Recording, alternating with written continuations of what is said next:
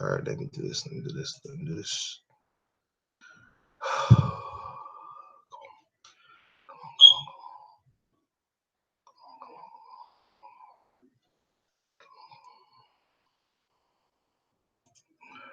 Let me do that. Okay. Let me do this. All right. Let me do this. Let me get this going. All right. All right. Let me do this. It's been a minute since I've done this. How do I start this? What up, you? What up, YouTube? This your boy Goku MGTOW, man. This is kind of like a thought come to my head. This is like a stream to my head. Yeah, I haven't done this in a minute, so whatever, cool. Um, um, fuck. How can I start this? Because it's not off terrible. This your boy Goku MGTOW. I'm hitting you guys with a stream today, just kind of random out of the blue. You know, I've been living my life and everything. But I got kind of doing the stream. Fuck shit. I need to get back doing this shit. This your boy Goku MGTOW. And I'm hitting you guys. I'm hitting you guys on the stream today. It's kind of random out of the blue. Had to start. Just got done watching MGTOW expat video about being an introvert, and I decided to just do a stream about this because you know, as a kid, and I think, especially we talk about the red pill.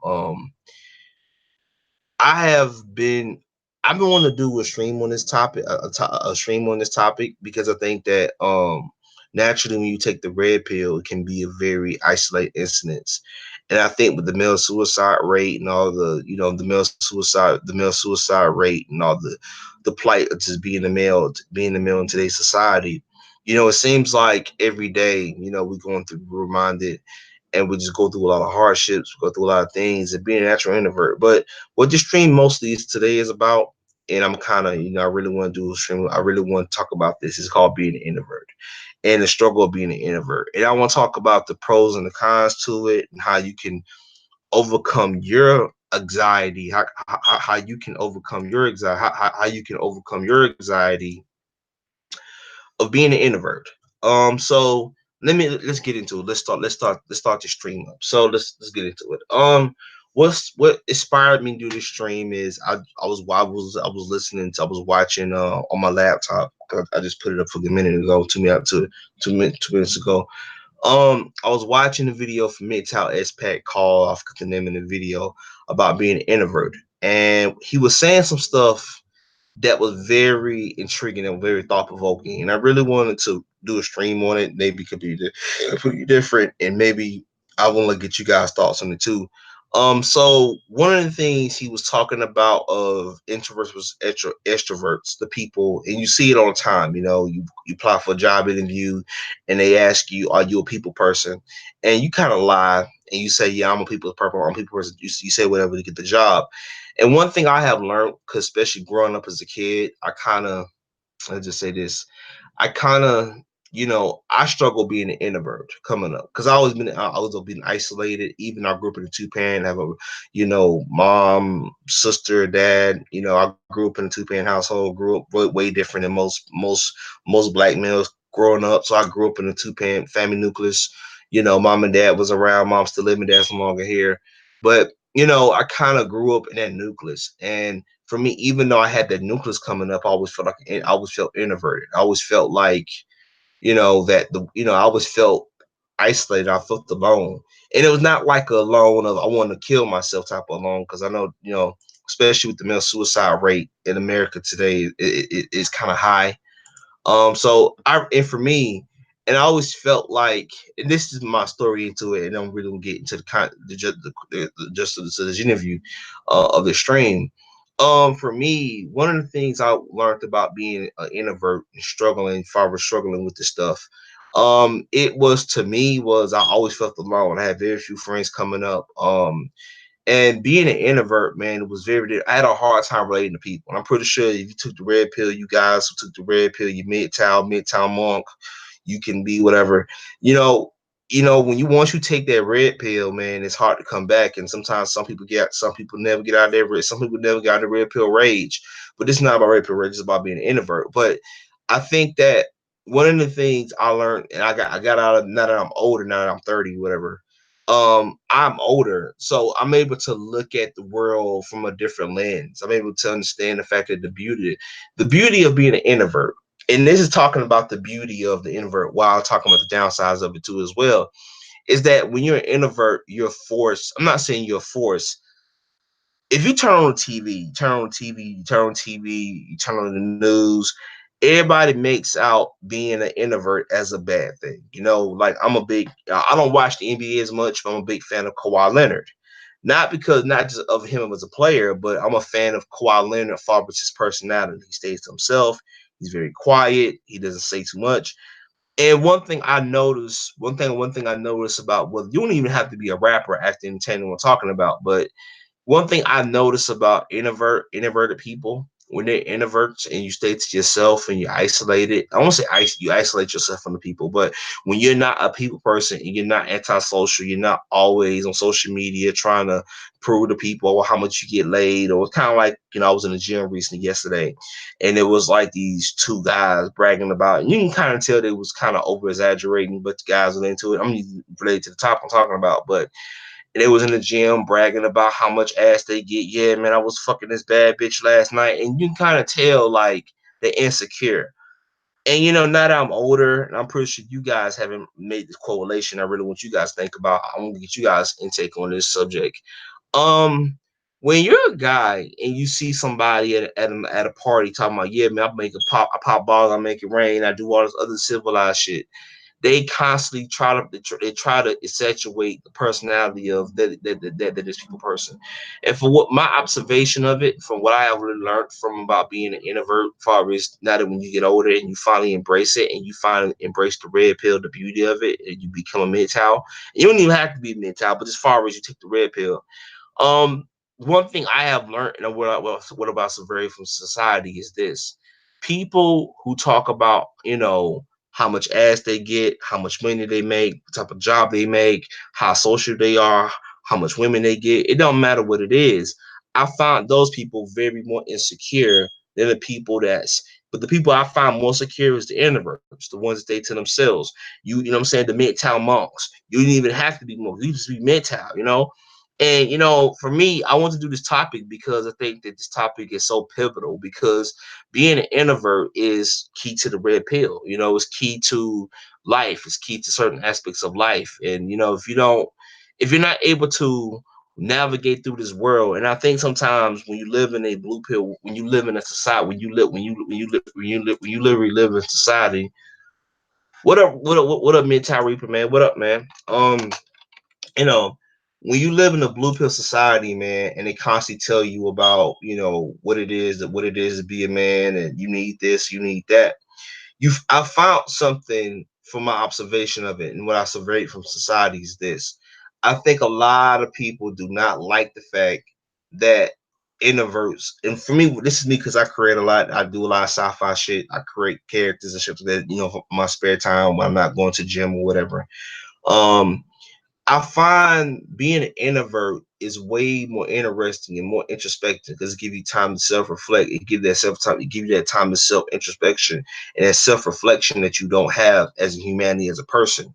And a lot of the time, I think a lot of the times when we look at society, and one thing I learned about most men, I'm not saying my mid-type brothers, but far as the vast majority of men that's not red pill, they are always overcompensating for something. So this is where you get, like I said, like I just told 2 minutes ago about being in the gym and those guys bragging about how much ass they get.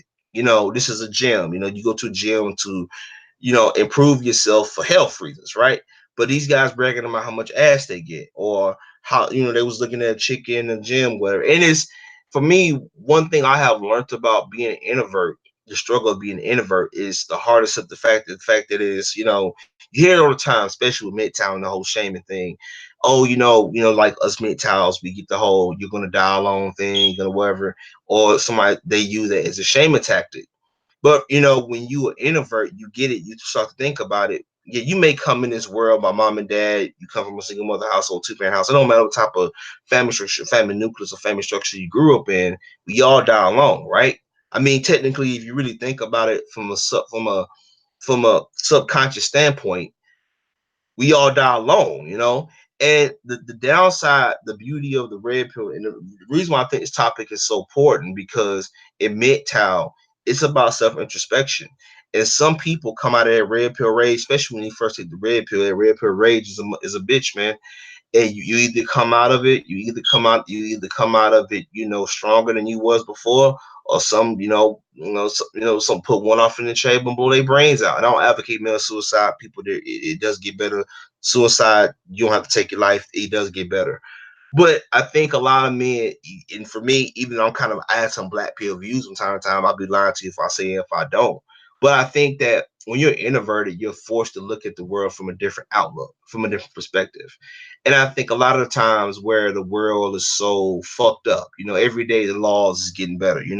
Every day you see men, get thrown through the ringer. Men get called toxic. We all kinds of shit. And a lot of people, a lot of the time, society doesn't see men's pain. So when you're an introvert in society, say if you're a group of guys, you got four of the male friends, and they got girlfriends, they got wives, they sleeping with women, and you're a natural introvert, and maybe you have social issues, being antisocial. And even I admit it, my personality is I'm antisocial. I don't like being around people. I find 98%, and I'm being generous with that 98%. I should say 99.9%, but I find 98% of the masses sheep, dumb people who can't think for themselves. I find people who, my personal opinion, I find most people sheeple. I find most guys who relate to the PUA thing, the alpha beta. That's why I don't even talk about it, because the whole alpha beta thing, it doesn't really matter both for sense. So, but that's not this stream is not about that. What I'm saying is, I think that we live now in today's society where it's so easy to just be a extrovert, because that's the thing to do. But the hardest part a man can do, especially when you take the red pill, is to sit back and think about, the world and why society tells you to do what it is. And I think when you're an introvert, the hardest part about that shit, it is so hard, is to get, especially when you're young, when you're a teenager, a kid, whatever, because you're trying to fit in with the cool kids, man. You're trying to fit in with the crowd. But you realize when you get older, especially when me getting older, I realize the beauty of it, that God has blessed me. I know a lot of people don't believe in God, but God has blessed me with the talent to be introspective. And one thing I had truly learned about being introspective is when you self-reflect. And that reflection sometimes can be hard because you're fighting your reflection in the mirror, asking yourself, you're introspect on these thoughts. It's like when you're a MGTOW and you say you're red pill, and people look at you and say you're gay or you can't get laid or whatever. But me being a MGTOW monk, because I've been a MGTOW monk since 2017. This is 2018. No, no, this is 2019. So a year and a half. I'm about a year and something. A year and something into this. One thing I have learned, that being an introvert for me, is I can get up and do things. I can go by myself. I can be with myself. It doesn't bother me, But the thing is, it is a struggle, man. It is struggle being isolated, especially being a man in the world. Like nobody has sympathy for men's issues. So for me, as a man, you're left alone on a deserted island, isolated on the island. You feel like nobody wants to listen to you. You can be, and that's why it pisses me off, because I was reading an article recently about, it was something I forgot what channel it was, mental channel it was. I gotta fucking find it. I got my search history for it.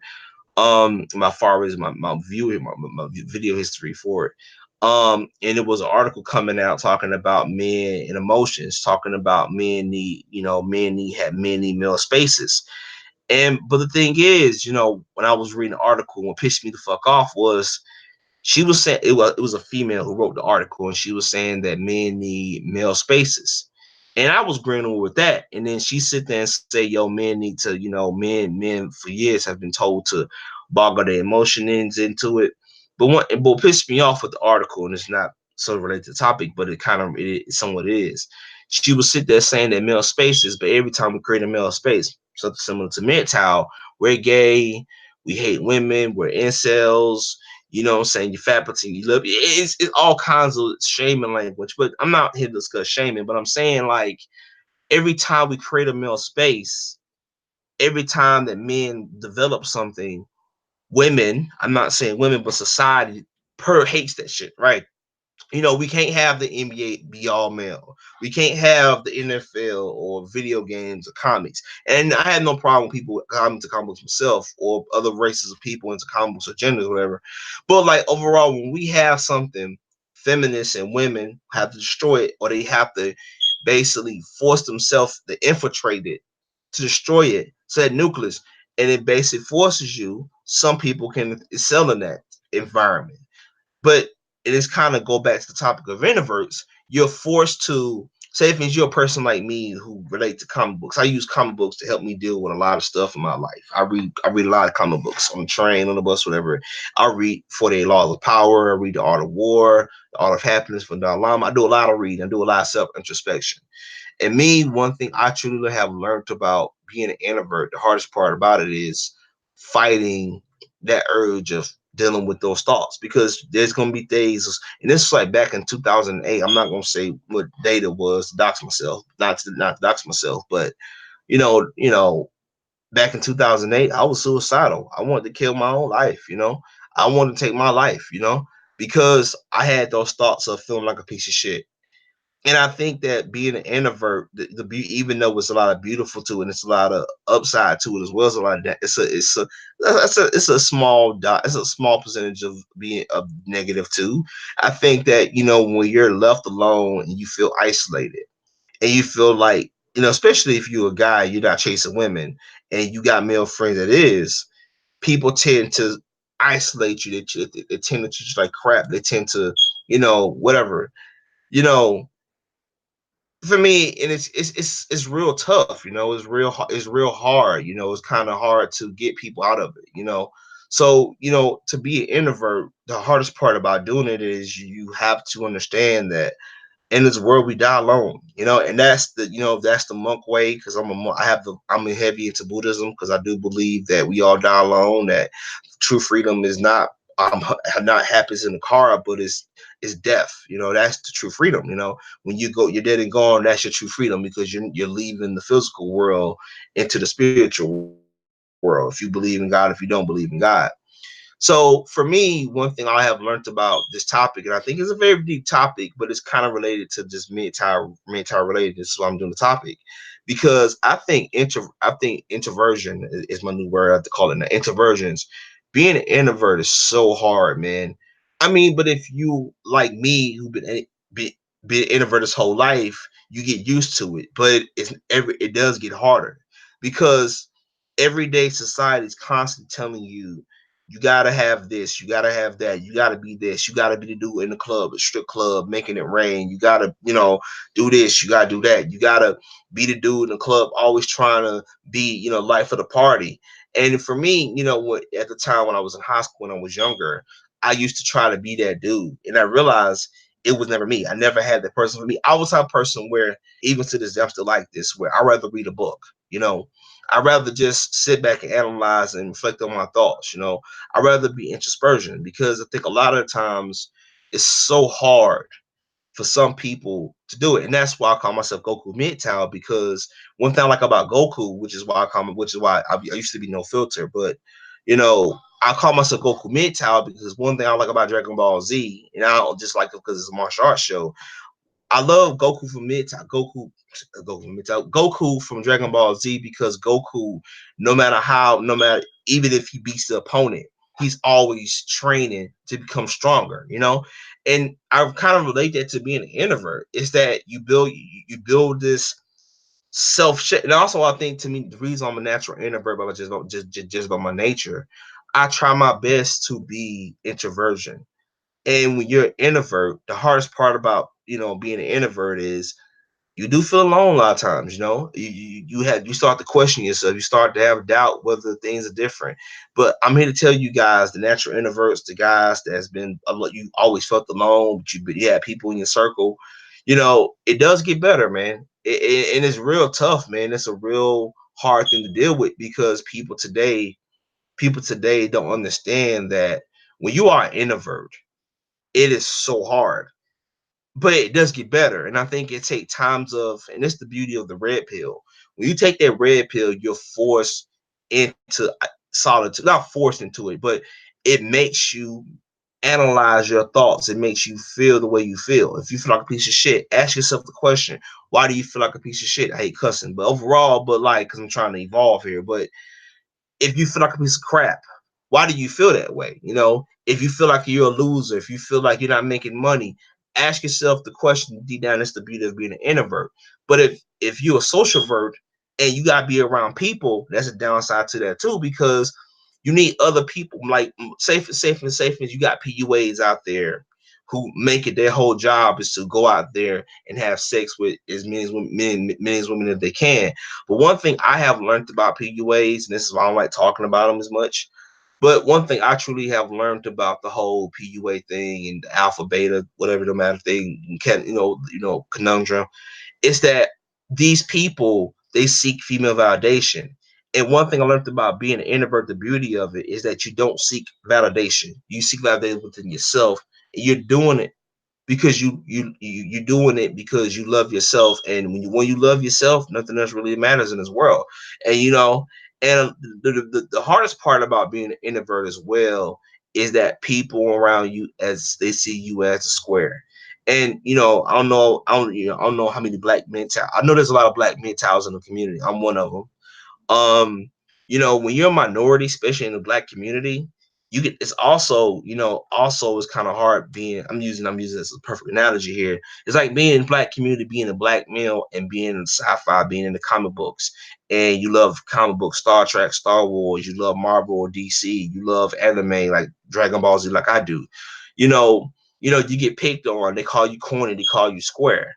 And when you're introverted, some people and this is where introverts try to go become social, extroverts, because they want to blend in with the crowd so much. But I made to tell that to the kids, to the young guys in high school, to the young guys that's in college, like, you ain't got to be that. The hardest part about being an introvert is that being able to fight off those negative thoughts, the negative influences. Because I ain't just talking about women, but like men with male friends, society. You talk like some people got the personality to go to a nightclub. I never been to a strip club, don't want to go to one.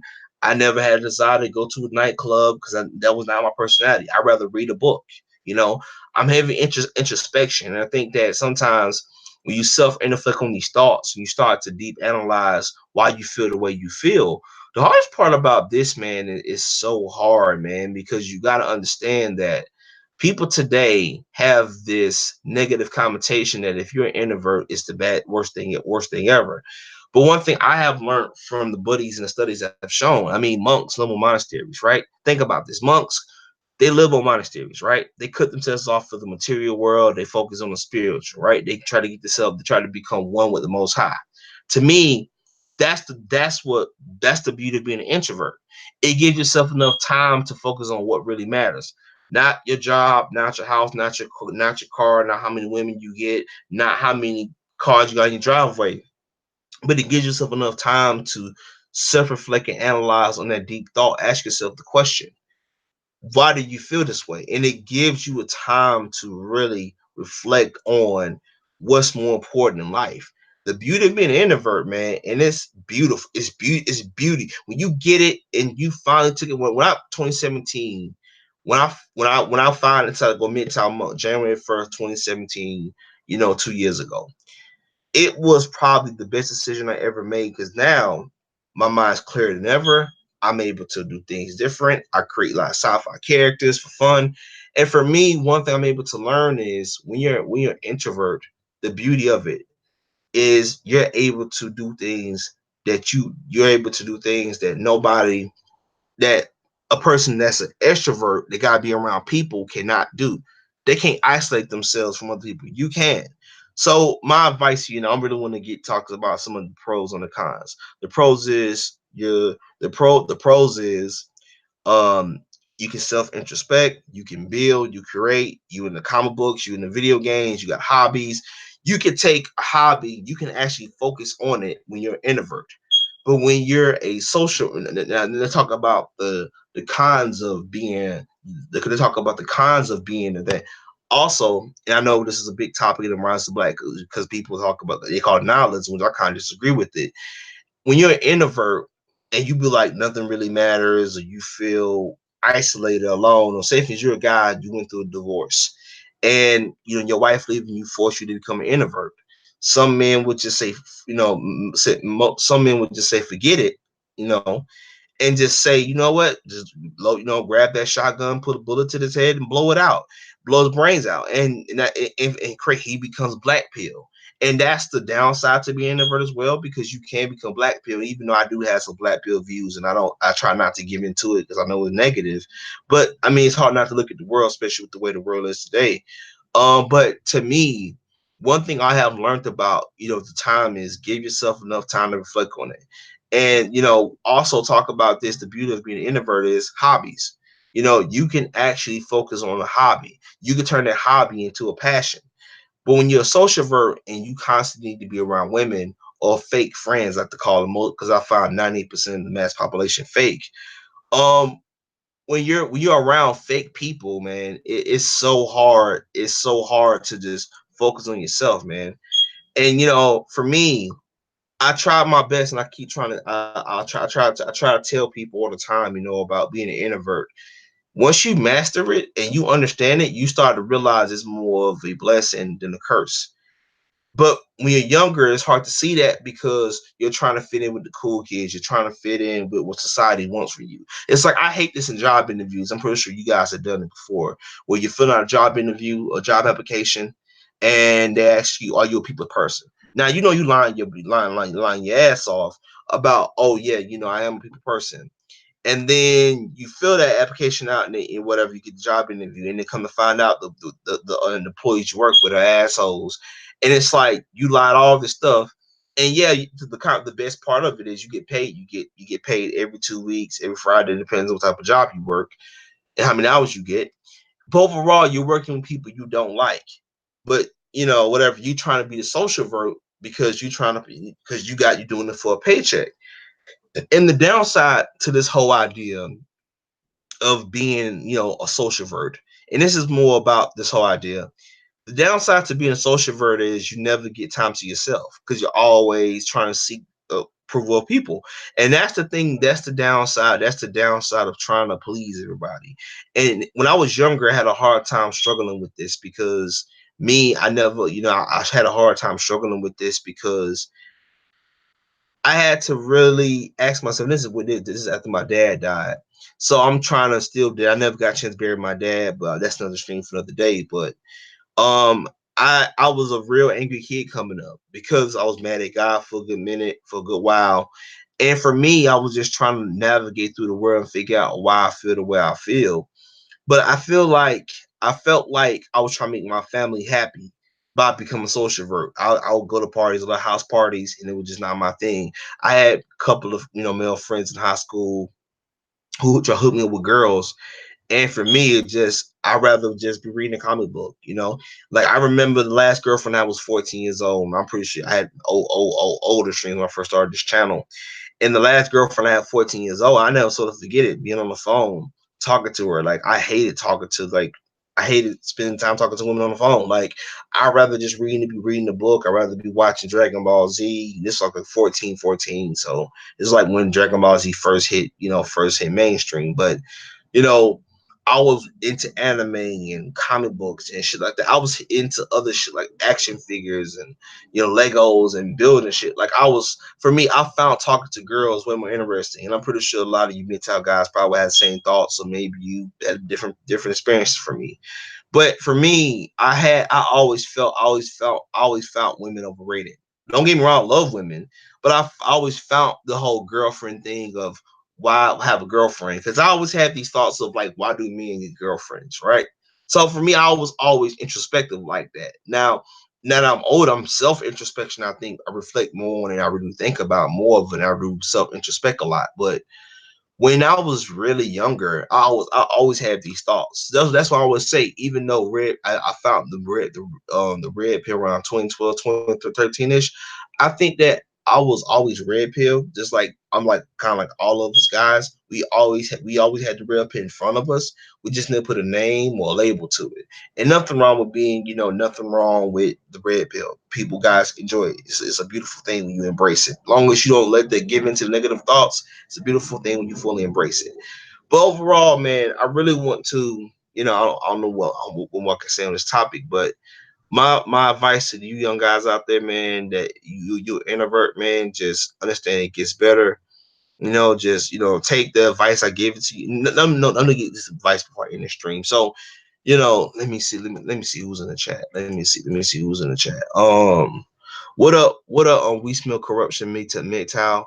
Um, what up? Jedi Far has ESP shot. What up? What up? Traversable. What up, Mental Reaper, man? Man, definitely, man. It's for me, one thing I have learned. Let me see. Let me add invite. Let me see.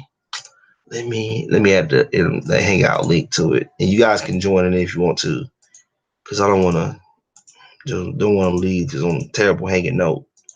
I'm about to put the hangout link into it, so you guys can join it anytime you want to, man. So you guys can join it anytime you want to. What's up? What up? What's up, Johan Batch? Yeah, man. Yeah, I just decided to do this stream, guys, because it was just a random thought in my head. I was watching Mental Expat video about introversions, and for me, it just sparked a thought in my head, man, because I think that this topic needs to be talked about more. I think that isolation is, if you master it and you understand, what it is, and you understand, you master the techniques of being introspective, I have to call it. You understand the fact that you're able to function on a higher level than most everyday human beings. Let's be honest here. Most people, most U.S. people, most people that's U.S. most people today are like NPCs, like they call them, non-playable characters. They NPCs, they say the same old shit. Kind of like the people, kind of like the guys that want to shame MGTOW, saying, "Oh, MGTOW hates women," or MGTOW this and this and that, but they don't even know what MGTOW really means because they never really looked into it. It's self-love is about self-actualization, and self-actualization is looking out for yourself, bettering yourself, doing what you need to do to make sure you as a man, you manage to survive and do what you need to do. So for me, how I always see it, and how I always see it, and how I'm always going to see it, to me, is being an introvert is beautiful, man.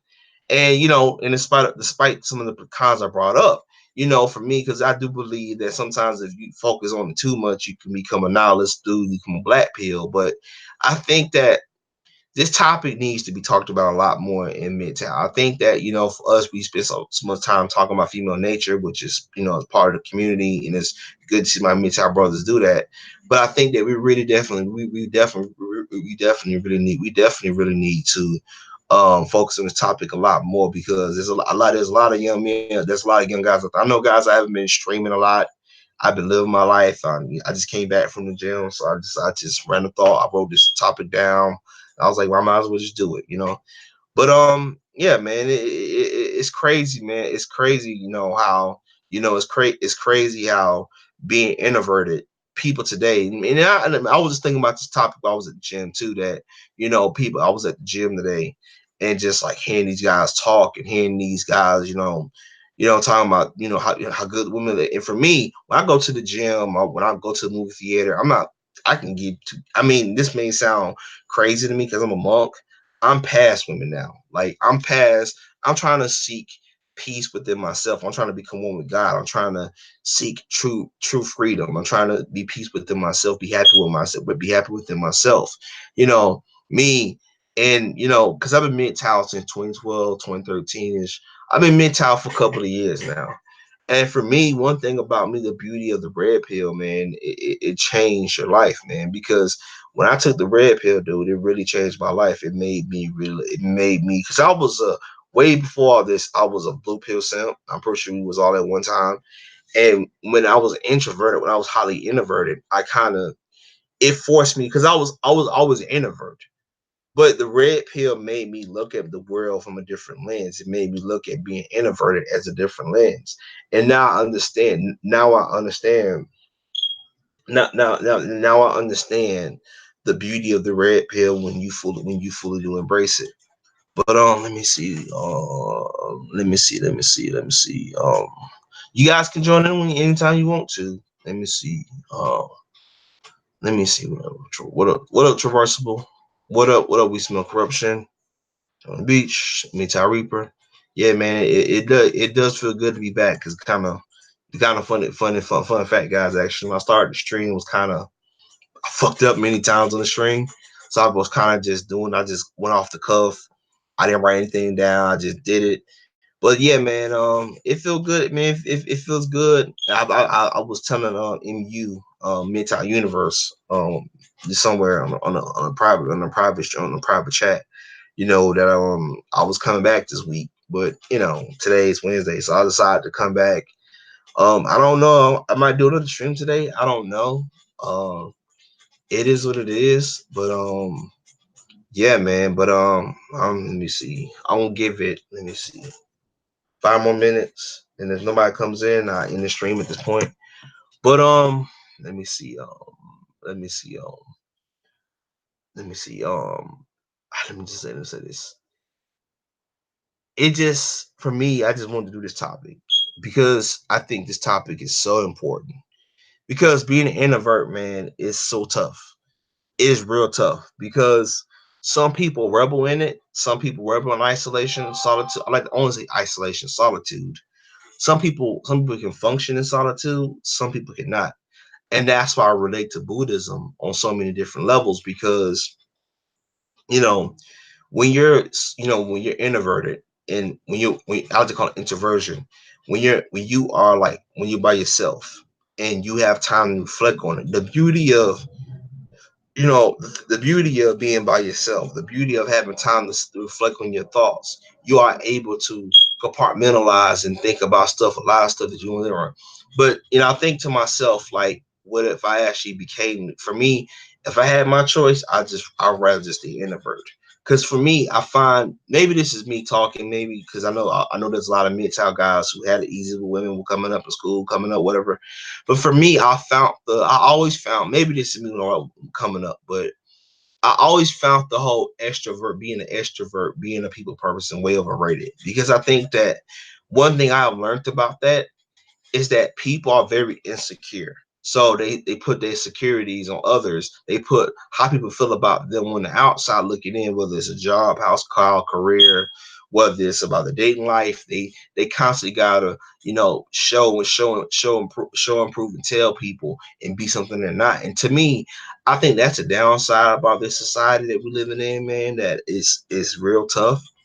It's real tough, and it's so hard to deal with that idea because people today do not want, people today, are so hard trying to prove to everybody that they're very social. They can talk to these people and they can do this, they can do that, they can get all the women. And what I learned about that is, and my father told me this a long time ago, the most insecure people is rich people, right? Take, rich white conservatives, or take celebrities or entertainers and ball players, right? They hide behind money and wealth, right? They talk about, I'm a big, I'm a big Zion Williamson fan. And I was watching article, I was watching interview of him, and he's sitting there taking a picture with the people talking about, I'm a very social person. And whatever, I was watching the draft last night. This is kind of related to the topic. And I'm watching the draft last night. He getting, the Pelicans get the #1 draft pick. I know this is kind of sports here, but it's kind of related to the topic. And he's sitting there, his look on his face is like, I'm going to the Pelicans. And one thing I have learned about people is the fact that I find the whole social thing kind of way intelligent. And I think that sometimes we spend so much time trying to prove to people that we antisocial. And I'm bringing it back to the Zion thing. He's sitting there depressed that he about to get drafted by the Pelicans in the draft, and NBA draft, upcoming NBA draft. And he's so depressed. And if I'm Zion, I'm looking at this. I'm looking at this from like an introverted standpoint. It gave him a chance to develop. He's not a win now mode. He actually can develop in the next how many years, but he'd rather be in New York.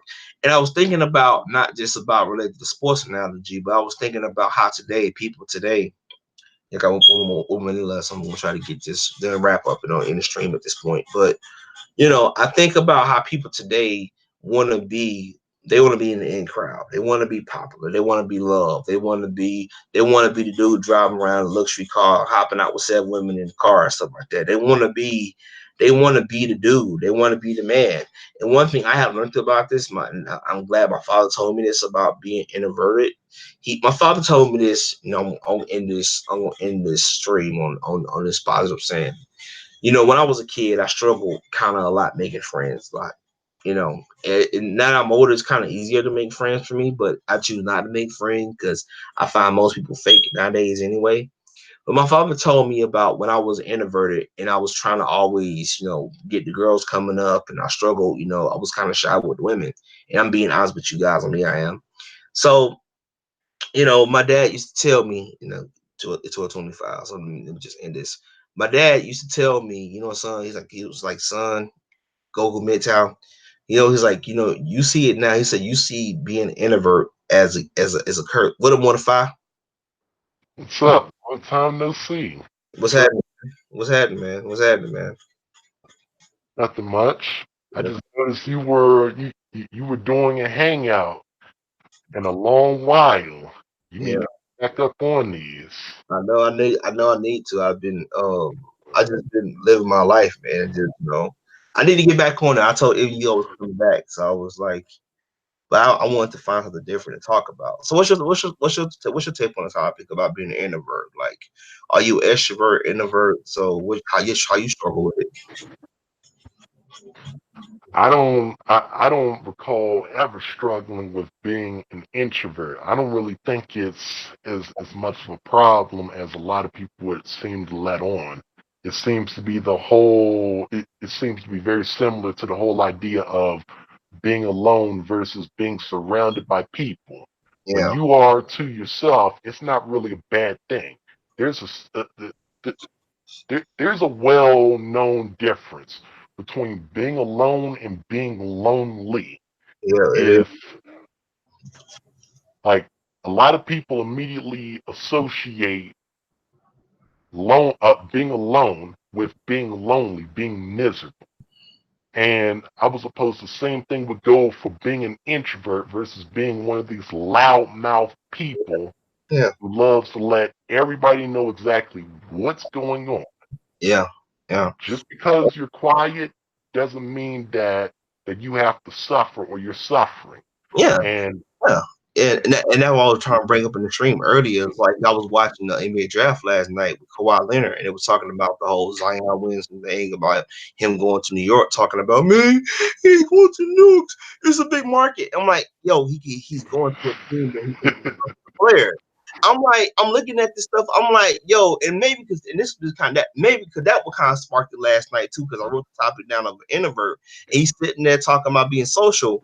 And he's like, when the Pelicans got the number one pick, his face, he held his head down. Like, I'm like, dude, you go into a team, you can develop as a player, and who knows, you may even like it down being in New Orleans. I'm like, dude, stop looking at it as a bad thing. Like, everybody want to be the Lakers and the Knicks. I know it's not NBA sports, but I'm saying, like, everybody sees the big market is the way to go.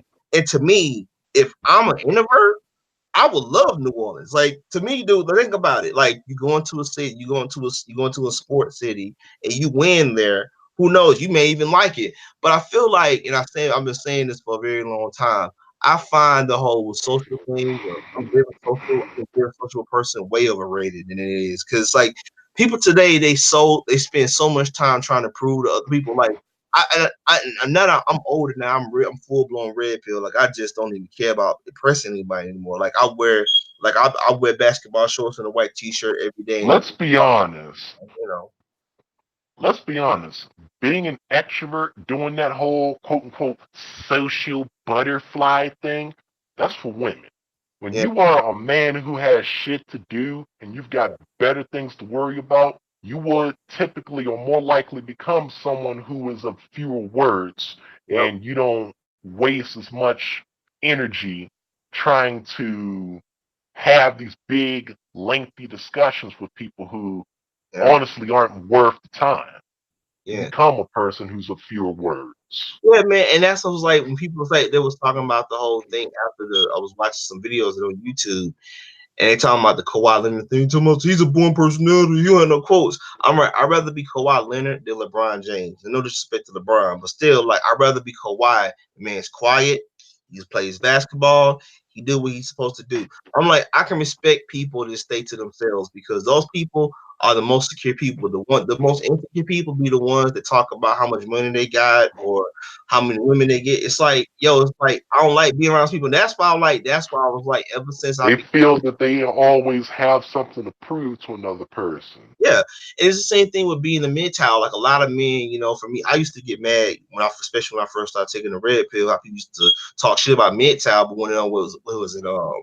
It was Angry MGTOW. I know I haven't addressed it. I know we haven't addressed it, but Angry MGTOW. It was Yogi. All those dudes talk shit about MGTOW. I don't even care anymore. I'm like, let them do think what they think because at this point now, man, like if you're a MGTOW and you love it and MGTOW saves your life, focus on that shit. Don't focus on them dudes because them dudes are just lost cause. Those Oh, man. those shills and shekel grabbles Yeah. Yeah. have nothing to add to the conversation. They don't. And the thing is for me, That yeah, that particular shekel grabber, Angry Mangina, yeah, that dude started off claiming that he was supposedly a monk, but yeah, then you find out that he's this thirsty moist boy who has vagina on the brain every single day. yeah. I mean, So he was never a MGTOW or a monk to begin with. it's the same thing with the Itachi dude, the Itachi dude. Like it's like that dude is like, you know what? I'm like, because and the reason why I took a time off of YouTube because it got real fucking frustrating. Because I saw like, and it's not, I ain't talking about you guys in the chat or you mortified, but I saw a lot of MGTOW brothers like spend time with these people that first of all wasn't red pill in the first place. Like they only use that shit to get to get clout, change, to get some followers, whatever. Then soon some shit got real. They just dialed the community. But for me, I felt like the community was becoming divided. So I didn't leave. I was still MGTOW. I was still MGTOW part with the core elements and still watch some like Mr. Foreman. I was still watching Mr. Elite Trap. I was still watching SFM. Like I was still watching a lot of my MGTOW content and commenting. But far as the other stuff, like I was just I can't, I'm like, man, like it's fucking toxic at this point. It was at the time it was, and that's why it took me so long to come back because I was so discouraged. I was like, why would I come back to this? Not to the MGTOW community, but far as the way it's approaching, like Angry MGTOW, Itachi, you had Yogi, all these people like trashing MGTOW. I'm like, I want to come back to this shit. Like, what the fuck, man? So that's why, guys, I've been gone for a good minute because it was like, yo, it's hard. It was So this newer dude, is he another lightweight who has vagina on the brain all the time? which one? Which one? It was Yogi. Someone, the Yogi dude. No, not him. The other one that's also not Angry Mangina, who isn't worth me saying his name. Someone Itachi. Man, Yeah, you who's know what? he? My thing with that dude is I admit some of his older content before he said fuck you to MGTOW. I fuck with. He was kind of saying some real shit, and then he was like MGTOW this and that. I'm like, you know what, dude? I washed my hands with that dude a long time ago. I said, you know what, dude? Believe what you believe, dude. You want to go back to the plantation, like to quote Mr. Foreman here, man. Shout out to Mr. Foreman from the Foreman Force, man. But you know, if you want to go back to plantation, go ahead, man. I'm not gonna stop you, dude. It's the same thing where it's like, I listen to TFM, I respect some of his content, but this whole idea of bring back the patriarchy, like, why you want that shit back, bro? Men, we have That's more. how the vast majority of these dudes are. These lightweights, these flimsy frauds that try to talk a good game, but when you look at them by their actions instead of the words, Yeah, well, they're not really about what they say. yeah, it's kind of like it's like I was watching talk about a Black Pill gangster video. And he was talking about how a lot of these guys use the MGTOW moniker, and they'd be like, "Oh, I'm MGTOW this and I'm MGTOW that," but deep down until we been plugged into the matrix. And I was like, "Damn, this some deep Yep. shit you said." It's just like a lot of men, because now that I took a step back, I was able to look back on it because even I was kind of falling into the rut of the whole whatever it's supposed to be. And that's why I took some time off. I was like, I need to get back. I want to do something. I want to do something different with it rather than just say the same old repetitive stuff. And there's nothing wrong with learning about the fundamentals of core mental. But it's like, far as I'm more about introspection and like, studying health and grow. And especially me in the gym now, like I'm 212.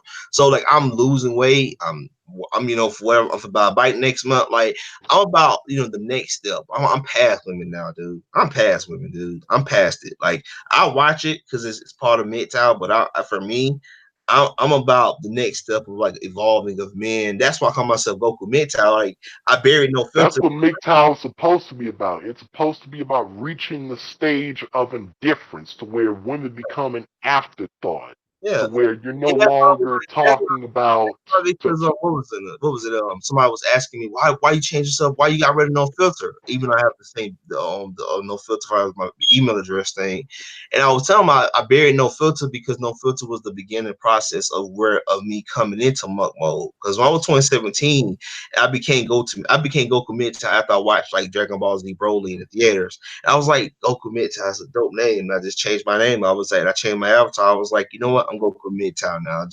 I'm evolving because I'm always trying to evolve to the next step. I'm trying to get to a peace of mind. Like that's what I'm about now. Like that's why I tell people. That's why I named the title "The Struggle of Being an Introvert" because I want to talk about stuff like this more. Like the female nature stuff. That's good and everything, but I really want to evolve past that stuff. I want to see us evolve as a community. Yeah, still talk about it, but far as a community, I want to see us grow. Like for me, I want to see all my fellow mid-top brothers, black, white, don't matter what color you are. Like I want to see all of my fellow mid-top brothers grow, man. Especially with the channels being terminated later, I think we have to Yeah. evolve it. Because to me, mid-top. While we're on the topic of Dragon Ball, briefly, what are your thoughts on what the whole industry is doing to Vic Mignogna, trying to take down the innocent man's career? That's fucked up, man. It's really fucked up. Cause like for me, I like Vic Mignogna. I like it. I like him as Broly. I think that for me, I feel like to replace that dude be fucked up. But to me, I think it's messed up. I think that to me, and that's why like for me, I don't mind dub things, but what they did Vic to me, I just watch this shit just sub now. I just can't watch it dub no more. I'm like, I watched Dragon Ball Z Broly because I got the Blu-ray and stuff like that, but Blu-ray DVD, but I was like, I just can't do this anymore. But like, I just watch this shit sub because I refuse to I don't like how they treat. Yeah, and the nobody's surprised, the women, well, already spoiled it. The people that are front and center of this whole movement to take down this innocent man's career are a Yeah, bunch of evil, wicked, malicious women yeah, that are clearly trying to take him down so yeah. they can gain some kind of life and support for their dying careers. Yeah. One of these VAs that spoke out against him is a well-known thought who just voices a bunch of So horror characters. talking about what's the chick was my Bulma? I forgot her name. Yeah, she does voices Bulma. I know who you're talking about. I'm not gonna say her name because the channel gets strike for that. But still, like, I'm talking about a different person. yeah, This bitch is known for voicing straight up thoughts and dubs. Like one show, she's voicing this CIA agent who is using her sexual appeal to to manipulate a dude into giving up some info. She's literally fucking this dude for info. Just a straight ooh, up whore. ooh, And it's a certain red-headed bitch who's been avoiding being served papers now that her ass is getting sued. But I ooh. digress. Yeah. I mean, but that's the thing for me. It's like for me, it kind of ruined it for me. Like, cause I actually like Sean Shep. What's the dude who was the Goku for the dub version? I kind of liked him at first, and I come to find out he was kind of Peter behind. Calamus. Yeah, yeah, yeah. What's the dude name? I know his name is Sean something. Oh, Sean. you're talking about the current one, Sean Schimmel. Yeah, That Sean. dude's a soy boy. Yeah, I kind of like this Goku. I'm coming to find out he was behind. He kind of supporting the kick Vic thing. I was like, bro, get out of here, bro. I can't respect you no more, bro. That was some bullshit, dude. Like, and for me, what pisses me off with it is like for me, because like, I can't even watch Dragon Ball Z no more when I hear that dude's voice. I'm like, dude, you just You just, I don't understand what it is, man.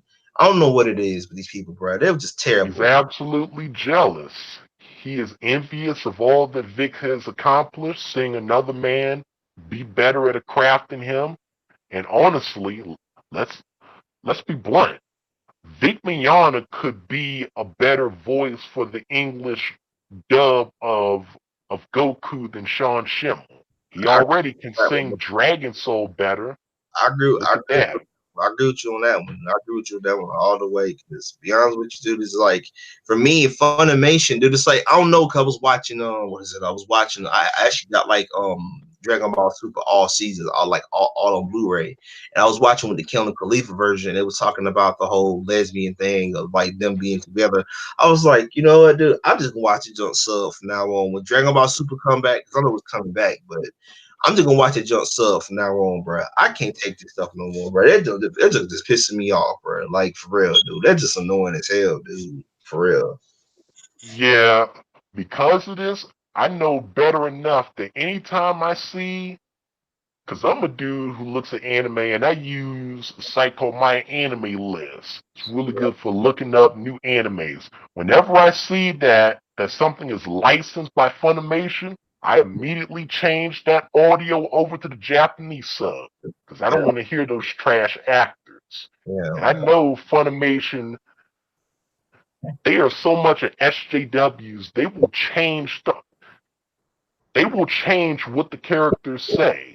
and I Go think it's look at a show called Miss Kobayashi's Dragon Maid, where she's talking about the patriarchy, because she has to wear a sweater to cover up her chest. but you That is don't piss some me off. SJW shit right there. You know piss me off Funimation too, because I was actually about to look into about to buy it. Was I think it was the 30th anniversary for Dragon Ball Z, which is the complete series for GT, and it's like they showing the re-edits. Like I'm pretty sure you talk about the controversial where they could be. I think they're supposed to make 300 of them, and then they kind of put a limited thing. Like it's all Dragon Ball Z from Super, not Super, but Dragon Ball Kai to everything else, and it's showing like the re-imaging, they showing how the images keep messing up and how they keep trying to mess up the widescreens. I'm like, Funimation, so you got my support, but y'all treat y'all customers like crap, man. I'm sorry, bro. Like I brought Dragon Oh, Ball Z. Funimation. Oh, let me tell you, Funimation will straight up screw up releases. Go take a look at that Blu-ray release of Dragon Ball Super Brawly. Oh yeah. In the North American release, the colors look like they have this green tint. Meanwhile, if you get the British and non-North Talking about, American version, are you all the talking colors look about? right. I did notice that too when it was. I remember when I was watching it yesterday when Goku was on. Oh, no, it was Vegeta. He was going Super Saiyan God, and it was like he was about to go Super Saiyan Green. I'm like, huh? What? Yeah, I they thought, messed with the colors. That yeah, was Funimation. They they screwed up the color balance for the Blu-ray release. yeah, yeah. Yeah, man. It's for me. I don't know what it's about Funimation, dude. It's just like fun because even with Sony, like I talk about Sony moved to California and they censoring their games. I'm like, bro, I'm not. I was gonna buy me PS5, but I was like, Sony, forget you, man. Oh, they're censoring more than their games. They're Yeah. censoring any games that appear on the You know platform. what Sony don't realize, I talk about this all the time. I was talking to a friend of mine about that whole gaming thing, the consoles. Like Sony, you winning the console war. Don't mess this up, man. Like, yo, all you gotta do is do what you do. Don't do platform people. And I was like, something tells me that Microsoft next year they're gonna release their next console, whatever they release their console, whatever year they're gonna release the console. Microsoft will win the war. Microsoft gonna do the same thing Sony's doing. They're gonna start deplatforming people. They're gonna start censoring their own games. The next year, Sony will get their act together, do the same stuff. I'm like, yo, why can't y'all just follow rule? If it ain't broke, don't fix it. And I was like, something told me when they moved to California, they was gonna be on that censorship crap. I was like, man, Sony, Yep. y'all. Yo, and the thing that pisses me off with Sony is kind of like my PS4 controller just died on me, so I just gotta buy me a brand new one. Sony, fix your battery power, bro. Your battery power for these controllers, because these battery power controller is shit, man. Fix this shit, man. God damn it. Well, there is a solution for it. I am over here on the PC, so I can just Yeah, completely change everything in regards to the controller. yeah. What See, makes the for me, 'cause okay, yeah, so yeah. okay, okay, so what makes the DualShock 4 controllers die out so quickly?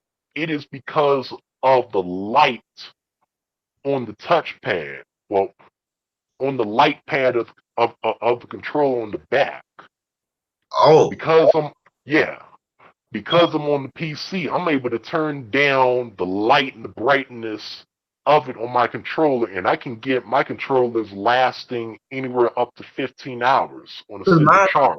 when I charged it up, it lasted 3 hours. I was watching a Dragon Ball Z Super Broly on my 4K TV. I was like, this battery power fucking sucks, man. Like, for me, because I've been buying a lot of people like Shakiro Shadow Die Twice, and I brought like Resident Evil 2, the remake. Like I've been buying this stuff, but I can't even play it because my doing controller doing it died on me yesterday. I was like, you know what? Forget all this, bro. I'm gonna buy me a brand new one. Call it a day, man. Buy me two of them. Call it a day. You should take a look at the settings on your controller and see if you can at least are able to dim down the light, because it's the LED that's eating up the battery life. Oh, that's why I was wondering Yeah, charging up for like the last 3 hours, and then it gets down to one bar, and then it just you have to charge it up again, man. it's Yeah, that LED. yeah. That's what's doing your battery in. But yeah, Sony, they're going to just continue with this whole SJW agenda. And that's what I'm trying to say because I know for me, because If you think things are bad, wait until that Last of Us 2 comes out, I'm not. where Ellie is going to be this buff, butch dyke, lesbian looking woman that's going to be able to fight three dudes that are twice the size of her and twice the weight of her. Yeah, but And that she's for me, going to be having these lesbian relationships. It's going to be that's what there. for me because like I felt like I didn't like. I thought Last of Us the first game was okay. It was okay. I mean, it wasn't no classic. Me, my personal opinion. I think it was overrated, but I played it. I'm like, okay, what it is. I mean, good story, but I don't see myself playing it because I played the DLC. I thought the DLC was more interesting than the original game. But I was like, okay, I was like in the E3 reveal for Last of Us 2, I was like, yo, I'm like, Sony, y'all just don't understand Sony, man. I don't understand Sony. Like, you win in the console war. Don't mess this up, man. Like, golly. I like the PS4, but like, golly, y'all just, I don't understand Sony, dude. I will never understand them, dude. I will never understand them at all. I mean, you just I'm like, y'all just got to get on that woke shit. That's the same thing for me because, like, I saw Endgame when it first came. I saw Endgame when it first came out, and me, I can't watch my movies no more, man. That movie, bro, that You fucking need to do a live stream on that. I oh would love to hear your thoughts on that because I have plenty to say about that movie. man, I'm gonna say on this, and I actually gonna do a live stream on that too, because it's like what pissed me off with Endgame was Cap ending, bro. That shit pissed me the fuck I off. have a lot to say about that movie. Yeah, bro. From the beginning, the first 30 minutes being absolutely boring to the trash ending, getting rid of the old guard characters, Yeah, that SJW moment where it's just a bunch of women. They yeah, think they were sly by putting that in thinking nobody would notice. Nah, Marvel, we noticed that. yeah, I man. noticed No, that. because like for me, I didn't see Captain Marvel, so I was like, I refuse to support that garbage ass movie, bro. I don't give a damn what that box office say. That shit is trash, bro. I don't give a damn what that movie said, box office say. But it's like I was telling people, like, look, I was watching the Far From Home trailer. I was like, I can't watch. I'm not watching no more Marvel movies, man. I'm done, man. That shit broke me. Look, I did enjoy Iron Man, and I'm not gonna say it for those people that saw the movie, but like, yo, that how they treated Thor pissed me the fuck off, man. Like you redeem him and know him. I hated Thor Ragnarok, but I like they redeem him in Infinity It was a War. good movie. Yeah, yeah. It's just that it changed them completely in the MCU. I love Thor in Infinity War. He was serious. He was a badass. He did what the fuck he's supposed to do with old power. That motherfucker get to goddamn Endgame. He fucking fat, slob, drinking, I'm like, what the fuck happened to this dude in fucking 5 years, man? What the hell just happened here, man? Like, this ain't the Thor in Infinity War. And I was telling my friend, I was like, yo, they should just made Infinity War one movie. Like, they should have made Infinity War one movie, and then not that two-part of shit. Because if you actually read the Infinity Gauntlet, what the Infinity Gauntlet thing is a short story. It's not meant to be two parters. It's like I was like, that movie pissed me the fuck off, bro. That movie pissed me the fuck off all the way, man. That shit And pissed me. then and then another thing. Was Endgame supposed to be a superhero movie about dire circumstances and pushing through it? Or was that supposed to be a comedy, a family comedy movie? Because every scene was a fucking comedy scene. Yeah. Yuck, yuck, yuck, yuck, yuck. It don't get Oh, me look, started I on was aiming for the head. Yuck, yuck, yuck, yuck, yuck. it don't get me started on fucking on Hope, bro. They fucking cooked that dude from there. That dude got his balls got taken out that whole fucking film, bro. That nigga, like that dude, that man, Hope was a bitch. That whole fucking film. I'm like, dude, I'm like Professor Hope. Okay, I can kind of it was a good angle, but what they did to him, they turned him into this whole celebrity selfie. Oh, he taking selfie with the kids. I'm like, fuck you, MCU, dude. Fuck you. Like, really, that was some Yep. bullshit. That was some bullshit, and you can't tell me that was some bullshit. And people writing articles talking about, man, man, it's good when they did the Hulk. I'm like, that's because you're a male feminist, male soy boy. Cut them out. It's fucking toxic. I'm like, what the fuck? At least what I respected Hulk in fucking Age of Ultron. Hulk is one of the most disappointing things in the whole movie. For those of you that were expecting the Hulk to Hulk out and do something, you were not getting it. You were left with absolute disappointment in this What pissed me movie. off with that shit though? What pissed me off with the shit? Because like I'm starting to look at DC movies different. Like, look, I hated that member of Superman. That movie fucking god awful trash from beginning to end, even in the director's cut.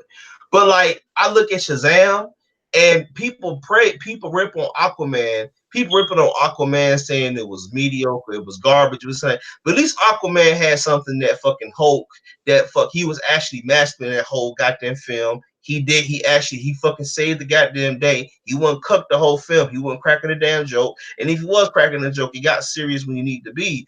But Hulk was cooked this whole film. Thor, I don't know what the fuck happened to him. Cap, I don't know what the fuck happened to him at the end. What the hell they were thinking with that trash ass ending. I'm like, bro, man, fuck you. I saw that movie the second time because I really want to see was it that good, was it that bad. And seeing it the second time, that shit pissed me the literally the fuck off. And don't get me started on Captain Marvel when she was coming in there when Thanos headbutt the chick and she didn't even budge not one time. I was like, fuck you, Marvel. Like, fuck you. Like, really, you fuck you with this bullshit. Cause y'all that Mary Sue shit, that shit is boring as fuck, dude. Like, I hate that shit. As soon as she popped up on the screen, I was like, when she busted that damn ship, I was like, you know what? If this movie just crash the point, but for me, I know I'm selfish like this shit, but I want the MCU to burn at this point. At this point, I don't give a damn about the X-Men, the Fantastic Four, burn it all down at this point, because like I don't want to see this shit, man.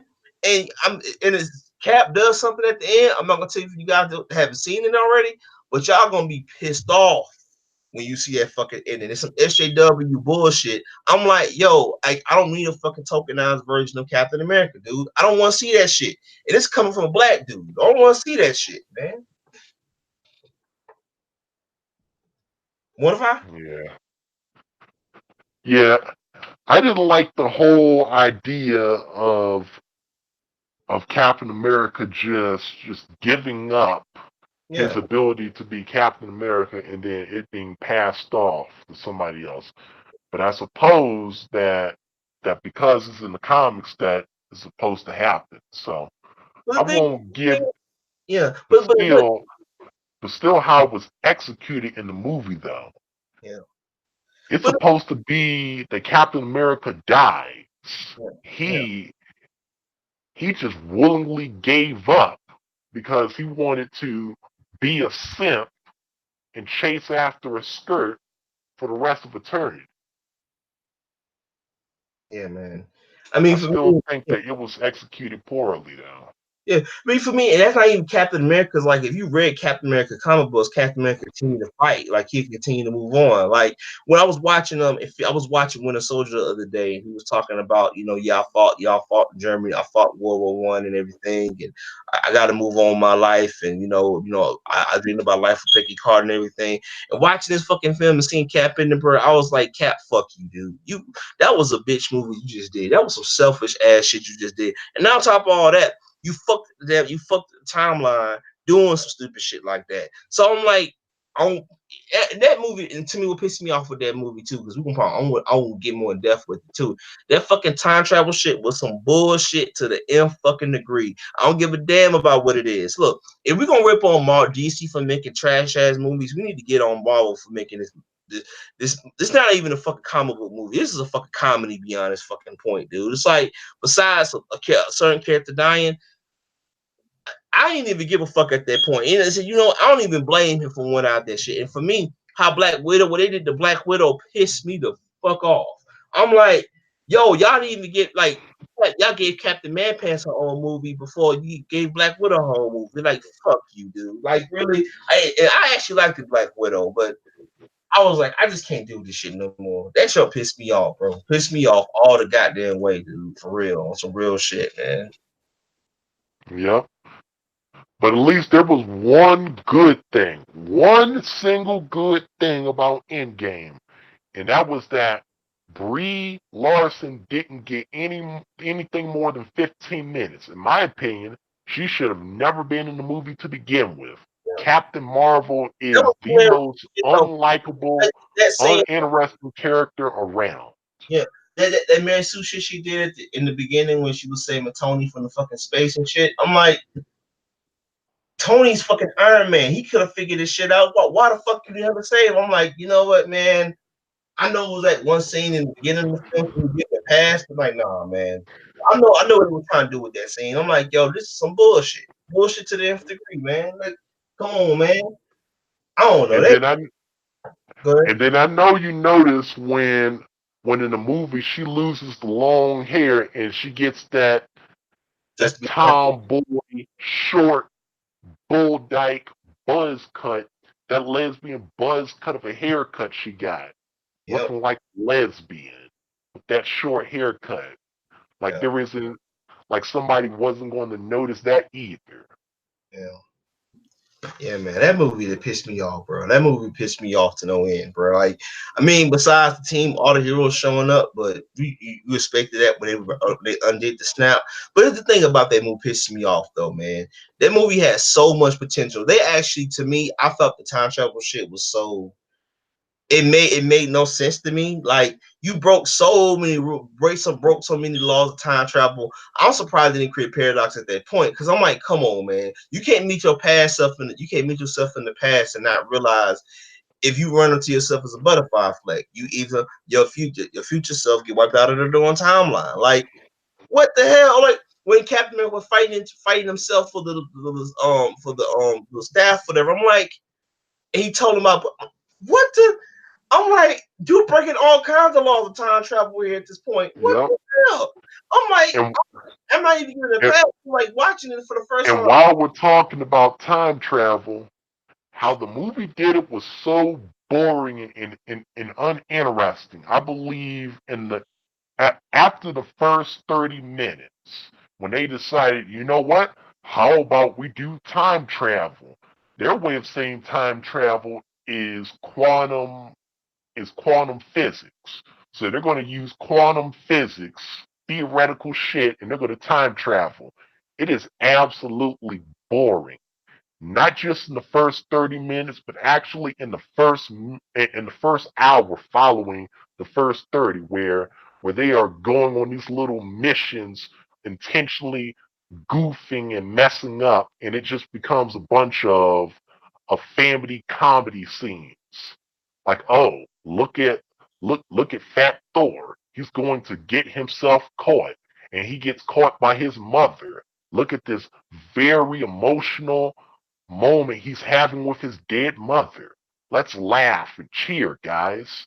And then there are problems with what happens afterwards when they finish. retrieving all of the time, all the Infinity Stones is, for one, how does Earth, for those of you that haven't seen Doctor Strange, spoiler alert, Doctor Strange uses the Time Stone, that green Infinity Stone, to fight a demon, an interdimensional demon, a conqueror of worlds called Dormammu.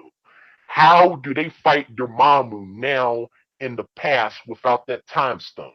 So Earth is pretty much fucked That one, unless I mean, it did. unless Doctor Strange can find out a way to do something. Earth is fucked. It's going to get destroyed. That movie, and I'm trying to say that movie undid so many events. Like the whole idea with the whole what was the episode? Black Panther with Killmonger dying and Killmonger. He undid that shit. So let me get straight. So Killmonger come back a good guy now. So you not What? no, I'm saying when who did the snap when they went back and remember what was it when they gathered all the Infinity Stones for the Gauntlet, right? And then who did all the snaps, right? Who was it? What was it? He did undid all the snaps, right? Think about this. All the previous events that went on, like, okay, this idea with Killmonger dies as Black Panther. So you mean tell me right now, so because basically said, because the director said, oh, he did create an alternate timeline. So you mean tell me right now, you're basically saying all the events of when Doctor Strange fought Dormammu, right? And he reversed the time thing with the time stone. So that never happened. That was undid. Killmonger Down was undid. Claw Down was undid. So when you do this, when you do time travel, you're not just talking about not this stuff that's going on in the movie, but other events will be affected by that point. It's like the whole point when they went back in 2014 to get the little purple stone, whatever that stone was, the whatever. And it's like I think it was the soul stone, I think. And it's like Yeah. what? What? This makes no sense at all. Like you broke so many rules, and to piss me off with that logic of it's like, well, if you did this and if you put the stones where once we do under the snap or under stones, and we put the stones back in that time period, you're different. So you still And break. also another thing, there are so many plot holes. Like for one, here's one. If they could bring back Gamora by getting the past Gamora that was on Thanos' team back to life in the future or now the present, how is it that they can't bring back Scarlett Johansson, Yep. the black? And then if Scarlett Johansson is not dead, then we wouldn't even need to lose Captain America. Captain America wouldn't even be passed off to another dude. Because that was his reason as to why he stayed in the past and did what he did and became the old dude. Because he wanted to chase his bitch. But if his bitch was never dead or she could be brought back from the past, then that completely gets rid of the need of killing off Captain America and passing it off to another dude. So that's a plot hole right there. Because if they could bring back Gamora, how is it they can't bring back Black Widow? That movie just pissed me off, bro. That movie just for me, people get Marvel DC movie shit, but like after watching this, like they mess up the whole MCU for me, bro. I can't watch it no more. I can watch these movies for the entertainment and the value was this, but far as the spectacle, far as the investment in these characters anymore, like I can't even watch Winter Soldier no more different because it's like Cap, what the that and that shit he just put at the end just pissed me the hell off, bro. I'm like, dude, you said in Winter Soldier that you was moving on from this shit, and then you said to the gay dude would piss me the scene pissed me off even more. I'm like, why are you even making this an issue? Oh, we gotta move on with our lives, and this is what we do. We have to move on. And it's kind of move on. And what the fuck did he do at the end? He did the polar opposite of what he just said. Went back in time and fucked up the timeline in the process. Like, dude, you are selfish, dude. I don't give a damn what you say. Like, that was a dumbass ending, bro. Yeah. But Now, go ahead. yeah, that movie was just full of plot holes. It was full of just straight up goofs and mistakes, and how Marvel how they tried to make this movie more palatable is again with all the excessive comedy. There Yeah, were there were honestly only a few scenes that I can even remember from seeing the movie where they were serious. That one scene where Hawkeye's in Japan and he's having sword battles, fighting and chasing down yakuza, Japanese gangsters, and he's fighting gangsters in the street. That was cool. yeah, But the rest of the movie, it was just it was either boredom, they're bullshitting, doing nothing, or it's just a family comedy scene. Only the last hour where they have that big battle is interesting and makes well no. It doesn't make up for the other half of the movie being boring, but at least brings up to what we were expecting a lot of. But even then, in that last hour, they still had to make a bunch of mistakes, a bunch of screw ups with that yeah, political shit. yeah, man.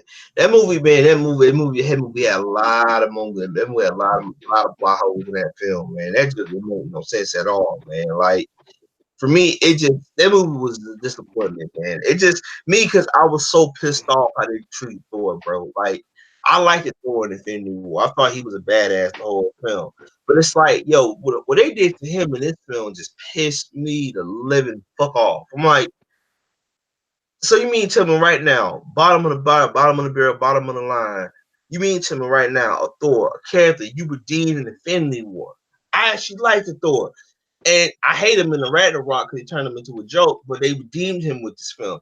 And it's like, and for you to turn him into a fat slob, I said, you know what? You to the Russo brothers, bro. That don't piss me off, bro. Like for me, because I actually like the Thor films. Thor 2 I didn't like so much, but I hate Thor Ragnarok. I hate it, but I love the first Thor film because it was actually a good film. It was about character development.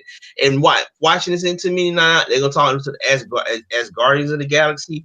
I'm like, I don't want to watch them doing jokey Thor with the doing traveling with the doing traveling with the doing on Guardians of the Galaxy. I don't want to see this shit. Hell no, I don't want to see this junk, man. That jump pissed me off, bro. Like that movie pissed me off, and for all the fans out there that you excited that the Marvel got the X-Men and the Fantastic Four, you just don't know how much power you gave Disney, man. They finna mess up that. Marvel You know, Marvel's still gonna make a bunch of shit movies with the acquisition Fox. of X Men through Fox being bought by Disney. And now pretty much the old guard of Avengers is either gone or dead. Thor, that's another discussion. I'm about to get into that real soon. Captain America, he's gone. Yeah. Iron Man, they killed him off. Hulk, who knows what the hell they did to I the told Hulk? people, Where I the hell the Hulk is? told He's people, pretty look, much done. I was done at the end game anyway, but like how they treat Iron Man, I didn't mind. But like how they treated Thor, how they treated Hulk, how they treated Cap. Like Cap was selfish the whole film. I'm like, dude, you can't tell people move on, and then when you get some chance, when you get the chance to move on with your life, like I would this would have been happy for me. I would have been happy with this. He would have put the stones back in his time. He comes back different, move on with his life. He still continue to be Captain America, and the Avengers still continue to fight. I would have been happy with that shit. I was like, you know what? It ended that well. I can leave on that note. But when he gets retired, he just bit old man now. I'm like, you know what, Steve? You were just selfish as hell, bro. Like for you to do that and ruin timelines, like you not only just put a rut to the timeline, but you just selfish. You didn't even care about like the other stuff that was going on. I'm like, and then like for me, if I was the dude, who's the dude that plays Winter Soldier? I forget the guy's name, but like if I was him, I would feel insulted, bro. I would feel insulted with your character, bro. Like for me, it pissed me off was like I actually liked the Winter Soldier and Captain America friendship, the buddy friendship they had in the films. But what that end they did in the end game pissed me off. They ain't even talk at the end of the film. I'm like, come on, man. Come on, man. You mean tell me he couldn't get this on shield? Like that don't piss me off. Man, that don't piss me off. Piss me off all the way personally, but whatever. You know. What the fuck do I know? Yeah. Now that ending for Thor, that is some real trash. Bullshit, dude. It was some That bullshit. is Yeah. that is some more ideological bullshit right there. So Thor says, you know what? I'm no longer going to be the king of my race of people. So I'm going to hand over the keys of my kingdom and I'm going to make this woman the new ruler and the new leader of my people. And I'm now going to refer to her as Majesty, despite the fact that this bitch was sworn to serve him. What is what is the role of a Valkyrie? The role of a Valkyrie is to be a female soldier that serves a superior. That is her role. That's why she's named Valkyrie. She is supposed to serve the leader of Asgard. She's not supposed to lead Asgard, the people. But now she's now made the leader, and Thor, he now decides to step away from leading his people, and now he decides to walk off into the sunset with those goofs, those dumbasses with the Guardians of the Galaxy crew, and now he's going to be a fat ass stinking up that ship with them. So Thor is pretty much done. I'm just sorry, man. I can't take that movie serious no more, man. That just pissed me off, man. That movie pissed me off, bro. Like for real, dude. Like I don't know what it is, man. I don't know what it is about these franchises, man. They got to go full SJW, man. But that just pissed me off, dude. Really, dude. Thor, I love Thor, dude. They just cucked him, dude. Pissed me off. Like you don't do that to characters, man. If I'm one of them actors, man, I'll be pissed off, bro. I'll be pissed off if I was hit Chris Hemsworth, but you know,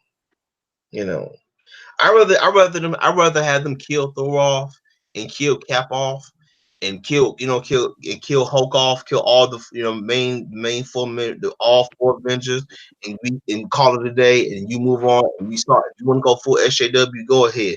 But for you to do that to Cap though, piss me off. For you to do that to for what you did to Thor, piss me off. So it's like you know, They pretty much did worse than killing them all. They embarrassed them and made them shells of their former selves. man. And for me, the sad part is people get it in the past talk about this is a great movie. I'm like, if you really judge about that movie, you really think about that movie had a lot of problems, Now man. Nah, that movie is pure disappointment. man. I was expecting something to be equal or greater than Infinity War. Infinity War was a solid 9. This shit, it's not even an 8.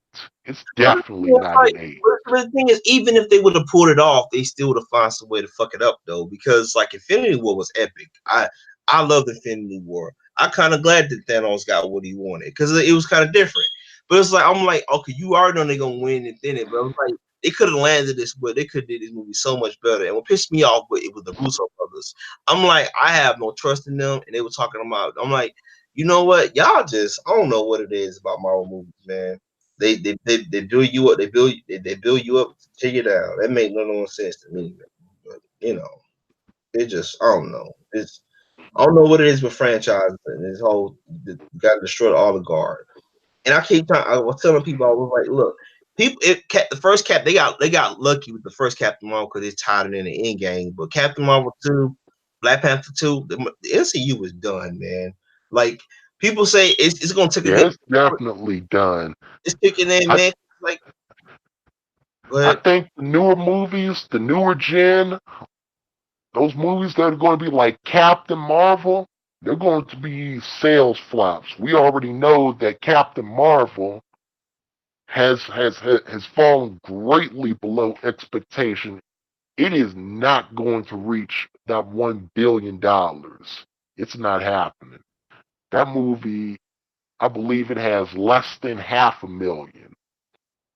It will gain some more money due to international sales, but it's not looking like it's going to get to But a the thing is, billion. like when I tell people all the time, like Endgame is going to hit 3 billion, right? Because it's a Marvel movie, it's the last whatever.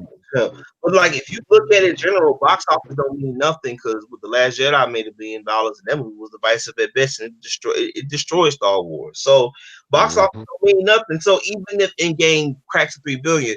People gonna look back on this movie and say this movie had so many plot hole inconveniences. I hear more people say they hate the movie than love it. And the people that say they love it is more the cult fans. Like I used to be MC codist, so I used to defend everything Marvel does, but I can't defend this movie, bro.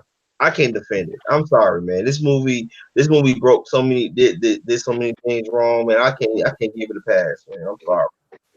Yeah, as for me and millions of other fans, I'm pretty much done with the MCU. This will I've be been, the last movie. I've I been, don't care if I don't care if there was a Doctor Strange 2. They could release a Doctor Strange 2. I will wait the 2, 3 months for that Blu-ray and hit the high seas and get that but bootleg. and that was my point when I was telling my friend about that. I was like, dude, it's like, look, the MCU have reached this highest bid. You fought Thanos. You fought Thanos. Hold on a second. Hold on a second. Hold on a second. Hold on a second. There we go.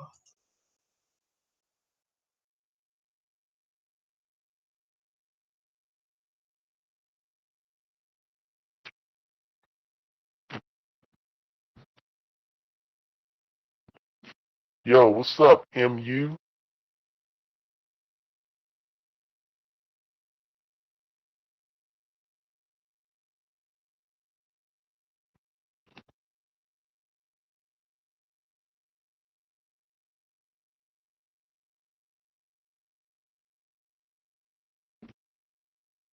He's going to be back. He just went to get something.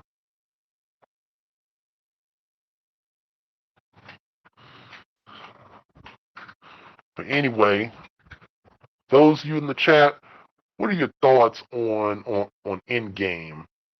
This just straight up, in my opinion, disappointing movie. This movie definitely Back, doesn't back. stand up to the standards of Infinity War. Infinity War is a solid 9. This isn't even an 8.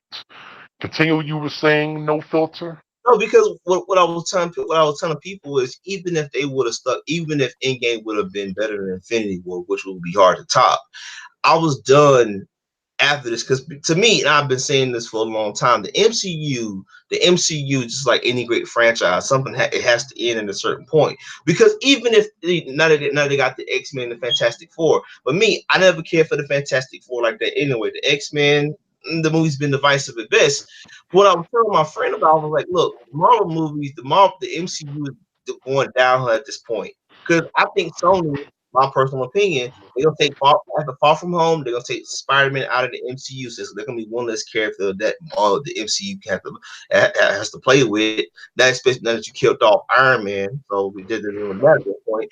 But to me, I've been telling people, look, when you kill off a character, when you ruin a great franchise with something just policy because it pisses me off. Like for me, like I would have stuck with the MCU and said, and then they had to pull that bullshit. It's cool, but for me, it's like how they treated Thor, Hulk, and Cap ending made no darn sense. Iron Man ending made sense to me because he was the first one to start it, but just I was just broken hearted over that film. That movie just pissed me off because I think Infinity War was better.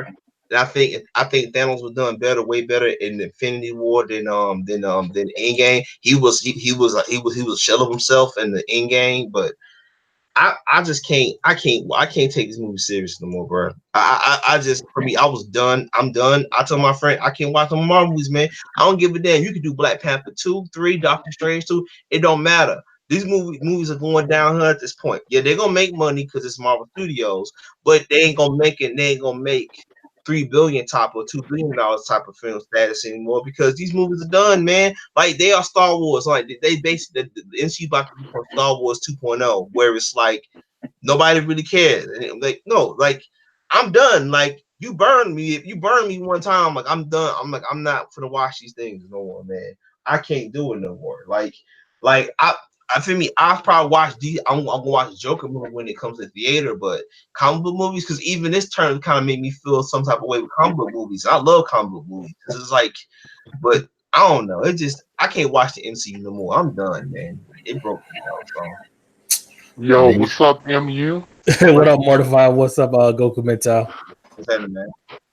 What are Being your thoughts on the great disappointment of Endgame? um, what are my thoughts? I blame Doctor Strange for everything because everything could have been avoided. First of all, why does Thanos have an Infinity Sword in Endgame and not an Infinity War? I'm like, I understand that it's difficult to Well, it follow is Infinity War, Thanos from the past versus the present. right? But But yeah, okay, we'll just go with that. But the um, time travel definitely convoluted a good bit of the movie. Because now, take take this into consideration since you were talking about Doctor Strange. How does Earth fight Dormammu, the multi-dimensional demon conqueror that takes over people's worlds? How does Earth fight Dormammu without the Time Stone? Spoiler alert for those of you that didn't see it, that didn't see Doctor Strange.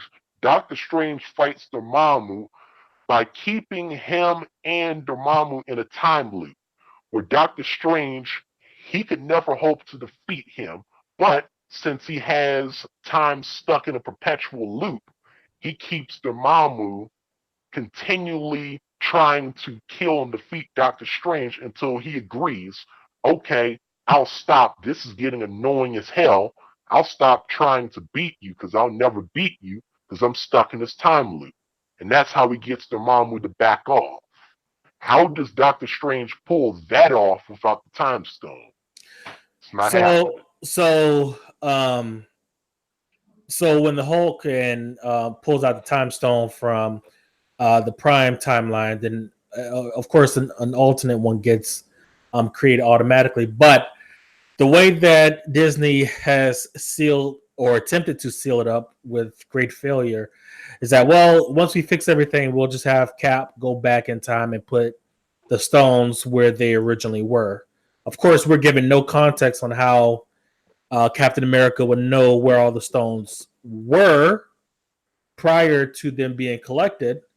Um, I guess we're supposed to assume that they go back to where they originally got them. I have no idea. But the thing is, they didn't return them back. They were supposed to return them back. And the time stones were pretty much all destroyed after Iron Man used those stones. They were pretty much destroyed. So they can't return them back if they wanted to. How do you figure And that? I believe the time stones looked like they were completely damaged after Iron Man gave up his life and he pulled that snap. They didn't Um, return the time stones by the end of the movie. to my understanding, like all the stones was in the suitcase, and Cap went back in time to put it back all in place, as if nothing changed. That was my understanding of it. So he I had don't remember all him doing that. I believe he went back in time so that he could do that time, that dance, dancing with Scarlett Johansson.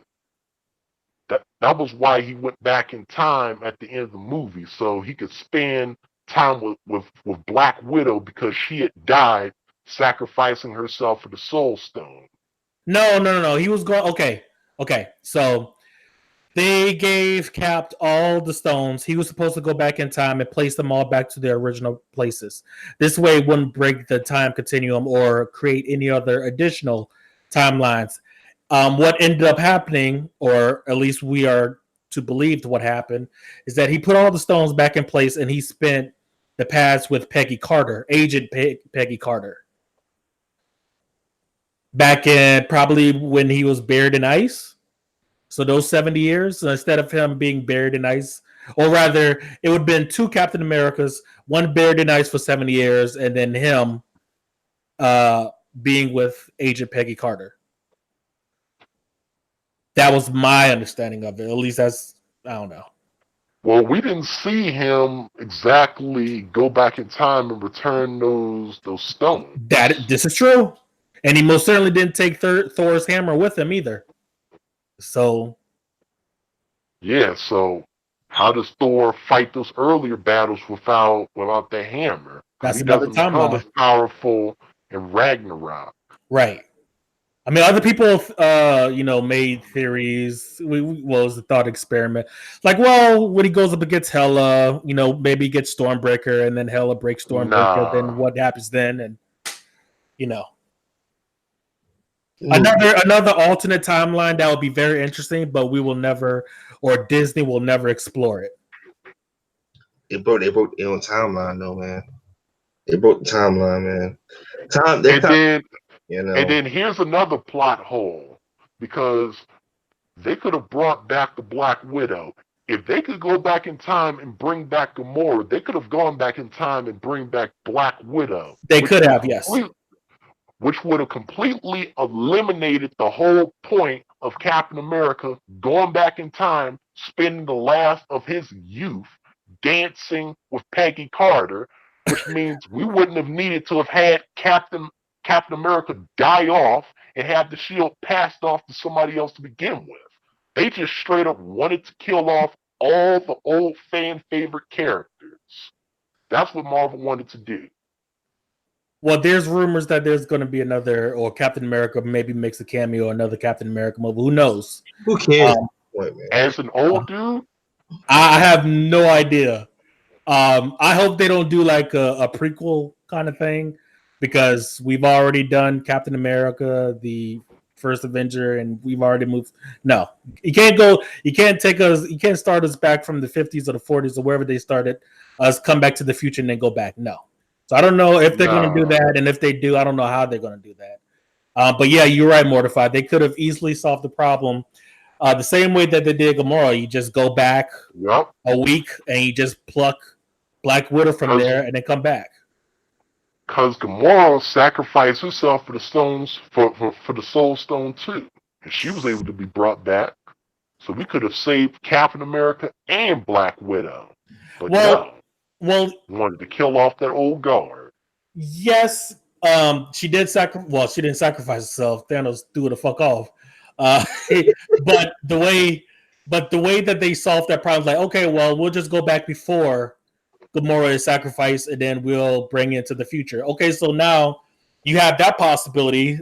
So now, if you can go back a week and get Black Widow and bring it back to your current future, because once you do time skip from the past and the future, your future doesn't you change, as Professor Hulk explains it. Then it wouldn't make a difference. But it does create yet another alternate timeline where Black Widow is not sacrificed to get the Soul Stone, which doesn't matter, because that's just another timeline that Disney won't explore. I love the thought experiments about time travel, but very few movies actually like explore like what happens, like dire consequences, instead of like, okay, well, this happened, we have all these timelines, but we're not going to explore any of them. We're just going to go back to the prime timeline. Or rather, others have argued that Endgame is actually an alternate timeline. If Cap goes back in time, then it's an alternate timeline. Or maybe not, and there was a second Captain America the entire time. One buried in ice and one just... It's fucking... It was terrible, but I will say this. It's just a convoluted mess. What show is it? It's on CW, The Flash. Yes. I say they have no time travel, and he very much timelines up too many times, but they have no time travel better than the Endgame did, because Endgame just said, you know what, forget all logic, forget meeting yourself, if your past self on forget all the rules of conventional time travel and how it was and how it was handled in all the movies that War Machine pointed out. Yeah, man. Right. The reason why they stopped the time traveling in The Flash is to stop, people theorizing on like alternate timelines, like like the season finale of Flash, which came out this week, with again Reverse Flash seems to be the only person in the DCEU that can time travel or get what he wants, or getting other people to do what he wants. Elaborate the timeline. Yeah, by alternating the timeline. I mean, he should be like the authority on time travel because he's the only person. Him and Ethan Hawke in Predestination that can actually do time travel. But I don't know. I don't mind having 50 movies based on alternate timelines. It'll never happen. But I would like. That would be lame. Straight up lame. You wouldn't want 50 1 hour filler movies just to explore like this is what happened when Loki took the Space Stone. Nope. Really? Nope. I'm done with MCU at this point. I don't care. Oh, stop it. And oh yeah. Another plot hole. What becomes of Loki since he took the damn Tesseract and disappeared in the timeline of what would be the first Avengers? So they say a lot of people have been saying that since he has his show on Disney Plus, that's going to explore that timeline. Man, that's lazy. I'm not going to see some garbage show just to get the full explanation. Everything should have been handled right in the one and only movie. That would have been a great. Have so many problems. That would have been a fantastic ending credit scene, just to give us like a 30-second view of what happened to Loki. But we have to get a season pass DLC with Disney Plus to figure out what happened to him. What happened to Loki. Now that this is the last movie that I can care about from Marvel, I can say I am honestly done with Marvel. Again, I don't care if Doctor Strange 2 comes out. I will wait the 2-3 months for that Blu-ray to come out, and then I'll hit the high seas and see the bootleg. I'm not going to the movies to see these Marvel movies anymore. You're not interested in the multiversal? Nope. The multiverse aspect of Spider-Man? Nope. I've never been a fan of Spider-Man. Me neither. But I am interested on what direction they're going to take with like the multiverse. Because now they've done time travel. Of course, multiverse is natural. They made some time travel in their own film. Just imagine. Let's take a look at what direction these movies are most immediately going to go towards. Now that we have the new guard since the old guard are gone. Hulk, gone. Thor, gone. Captain America, Iron Man, gone. Now somebody else is going to take the place of these heroes since they need to be replaced. It's been speculated that woman who wore that white iron suit is going to take over and being Iron Man. That's another woke move right there. You talking about Pepper Potts? I don't know her name, but the War Machine is said to stay as War Machine, and that woman's going to take over as Iron Man. And Pepper Potts from she was in Rescue Armor. She was in that film. So yeah, and Valkyrie's now going to take over as being the leader of the Asgard people. That shit is dumb right there. She's nowhere near as powerful or strong as Thor.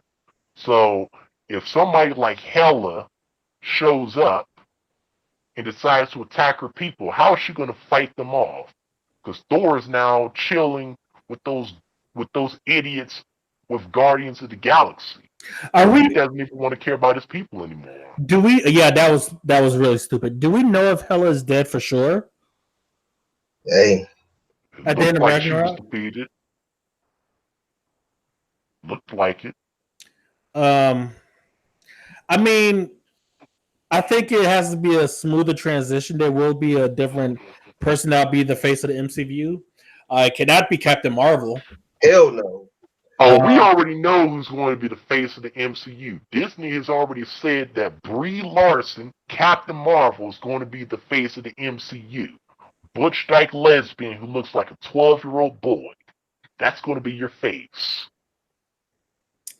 That right there. How much you all want to bet that if they do, and I have no doubt that they will, that it'll tank, and the movies coming after will suffer, and then Disney will blame it on straight white men.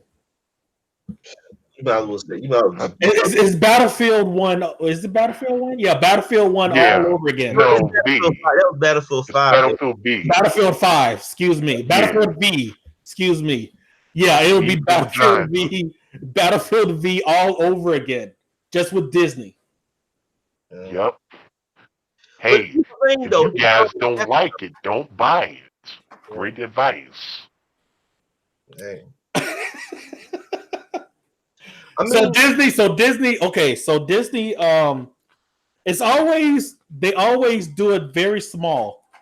It's always something very small. So you had one of the Russo brothers in the meeting talking about his husband. I'm like, okay, Disney, you crossed that line. All right, whatever. Not that big of a deal. It's not like two guys kissing or fucking or anything. I don't really care. Talk about your husband, not a big deal. Then they had like the little, what was it? The little 20-second, 30-second girl power thing with Captain Marvel getting the Infinity Gauntlet. Don't worry, she's got backup. Yeah, remember that scene? Oh. Yeah. So that was corny, but again, predictable. That idea of homosexuality in the Marvel movies just reminded me all of those dumbass family comedy, just all of those scenes of comedy, especially those where they're talking about Captain America's butt. That shit was downright stupid and unnecessary. I'm like, wait a minute. Where did that come from? Was dumb. Oh my god, man. I completely forgot about that. America's ass. I'm like, what? Just cringe. Absolute cringe. What? Jesus Christ. I wish I could just erase that from my memory banks. I know, right? There's definitely a message there. I'm telling you, they try to ease it in because they know they can't do it like straight shot like Battlefield V. No, they're gonna shut that shit down. No, but they'll ease it in, just like Mortify Legends of Tomorrow. I have not watched that show since the mansplaining comment. I haven't seen it since. Me either. It's always got little tidbits. But yeah.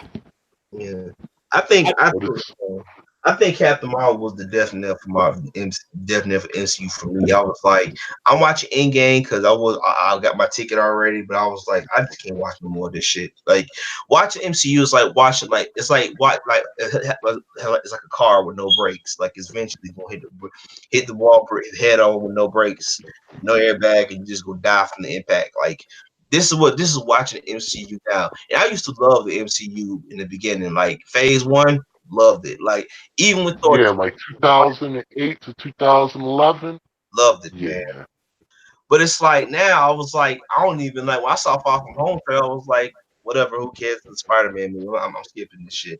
I skipped Homecoming in theaters because I hated Homecoming. So I was like, I don't like MCU Spider-Man. I like Tom Holland Spider. I like Tom Holland as Peter Parker, but that ain't Spider-Man. That's Miles Morales.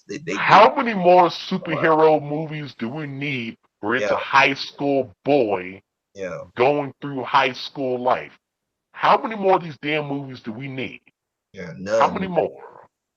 Be honest with you, and that's one thing I like about Spider-Man PS4. They got him as a photographer or whatever. He's in whatever. Like he's older. Like I'm like, give me older Peter Parker, bro. I don't want this high school shit, man. Like I don't care about Peter Parker in high school. Just age this motherfucker up, throw him in college, call him during the day, man. Why can't we just have older Peter Parker, man? Like I don't want to see this shit, man. You know. And they talking about, oh, he's gonna be the next Iron Man. I don't care, man. Like, get him out of the MCU at this point, man. Ooh, man. Why would they be? I don't understand. Like, why would they be talking about the next Iron Man? Like, is War Machine like just chopped liver? Like, what is know, man. Come on, man. It's the man. They can't have a male. They can't have a male and take a charge nowadays. Because it's toxic masculinity. fuck you to people who say that shit, bro. Yep. They ease that phrase into one of their movies. It's a death spell. Yeah. They know that. Nah. Toxic masculinity, Hey man, aka soy boy if positivity. they threw the gay guy in their little group therapy scene saying he was gay. I wouldn't put No, it he past. didn't say he was gay. He was talking about his husband. I know, but they threw it in there though. Yeah, I know. Like it's very small, very small. They'll ease you into it. I But guarantee you, the next movie they'll have something else. I know because I was talking about this whole idea. Like, let's be honest here, because like the normies, the people that don't really care about the controversial, the political, the politics going on in these films. I was talking about. For me, this is the only way my movies will start. Like, the people that like me, I was a hardcore to start defending the MCU. And I don't even care about the MCU. They can burn at this point because I'm done. But far as the normie people, if you got somebody who's a Christian family and say he's a Christian, right? He's a whatever, right? When the Christians start complaining, saying, you know what, the gays are not being, because here's the thing, they being out brazen with it, saying, you know what, and yeah, it's like Endgame. I will get Endgame. It was a subtle insert in there. But with the movie, they said, you know, Brie Larson is the face of the MCU. They said, oh, the character's gonna be gay, and we're gonna explore all these identity politics stuff. I'm like, you might as well just bury the coffin now. Like, get your Gonna coffin. score those walk points. Yeah, you know, I'm like, you already know because the comics, like the current Marvel comic books, is shit.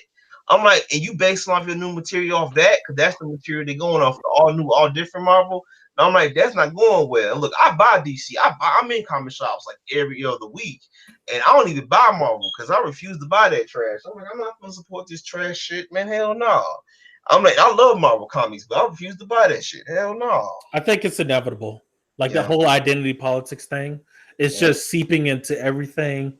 Yeah. It's certainly for worse for us, but it's just seeping into everything that dudes I love. gotta say this. I had no problem with like social commentary on whatever issue it is. But when you make a big issue out of like, oh, we have a gay character, I don't give a damn. Like, just give me a good character to fucking follow. I cool. I don't give a damn if the character's gay or not. Shit. I don't care if a character is gay as long as they ain't tugging each other down and doing grab ass and all the other. That's what I'm trying to say. Like, you know, like, all right, make a reference to it and call it a day, and then fight, have a punch a bad guy in the face. Like, that's for me. And for me, I'm not against diversity at all. I can understand representation, but it's like, yo, I don't want to fucking watch a Marvel movie and it's fucking every 2 fucking seconds a Donald Trump reference talking about how much Donald Trump is this bad evil person. I'm like, it's a fucking comic book movie, man. You supposed this is escapism. Now I hate that mentality of turn your brain off, but still, like, it's a comic book movie. You're supposed to just, not think about this shit. But still, like, yo, like, I just can't watch it no more. I was like, yo, like I was watching Winter Soldier the other day, which I still love the movie, but I was like, yo, this Endgame ruined my movies for me, man. I can't watch these movies the same no more, man. And that pains me because I love Winter Soldier, but and to me, I still think the best Avengers movie is the 2012 one, The Avengers. That's still the best Marvel movie in my personal opinion. Up there with Winter Soldier and Civil War, But all the rest of it, nah, man. I just can't deal with it, man. I don't know what it is. I'm always gonna love earlier Marvel. This new shit I can't take no more, man. Nah, man. Oof, terrible, man. Terrible. It's our generation with their identity politics. They're getting into the industry where they're being the content creators and their whatever their ideals are. Here's the people that That is very sad. This is a dark future of entertainment approaching. It is. But what they don't realize though is like, look, that woke shit. Look, I give it. Look. It's never gonna go away. The identity politics is gonna be there either way, whether it just slip away. It's always gonna be there. I don't know about that. I think Battlefield 5 taught the entire gaming industry a lesson. Let's be honest with you, man. Just like Ghostbusters 2016. Let's take a topic, right? Let's take all these gaming websites and all these, like, in the media, right? Disney owned that and everything, right? They pay journalists to pay the critics for what it is supposed to be. Most, like Polygon, Otaku, you can take all these left wing websites. You can take the name shield websites. Yeah, like they are far left. So either way, it's never gonna go away. But it's I think that if enough like a lot of people just drop out of the MCU, like a lot of the hardcore fans just drop out and they just depend on the normies, or it's gonna fade away, but it's gonna take its time for it to officially go away. Not go It's going away. to be a slow burn. Yeah, slow burn.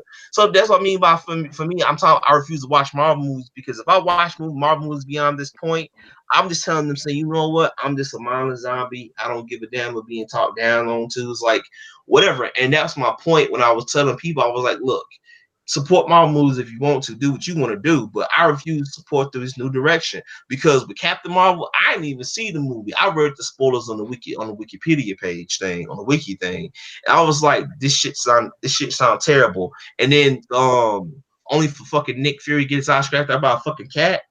A fucking cat. I was like, fuck this movie, bro. Fuck this movie, bro.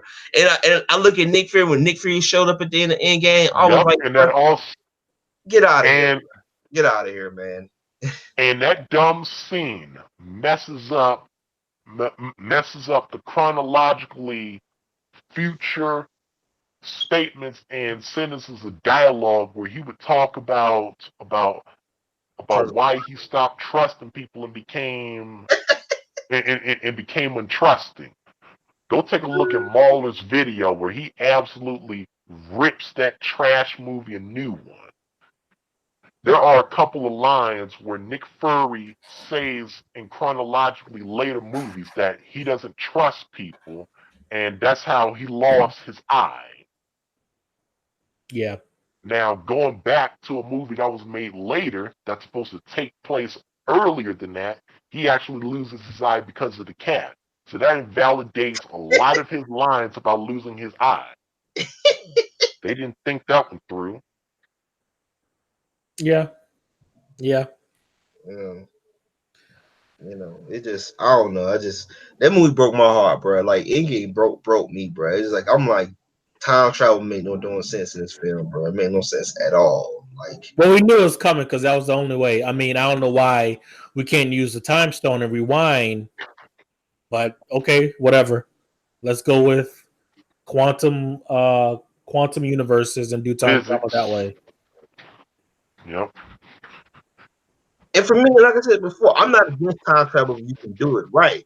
Like if the way they did, because the way But, the Hulk was but trying let's be honest. to, How many movies actually do it right yeah, versus it being absolutely cheesy ass pulls? Yeah. Yep. the X Men did it. X-Men did it in Days of Future Past. The reset the timeline, and then they fucked it up with Age of X-Men Apocalypse. I'm like, I don't understand time travel in these movies, man. Well, they didn't explore the alternate timeline of Wolverine getting caught like 20 years prior to what he was supposed to.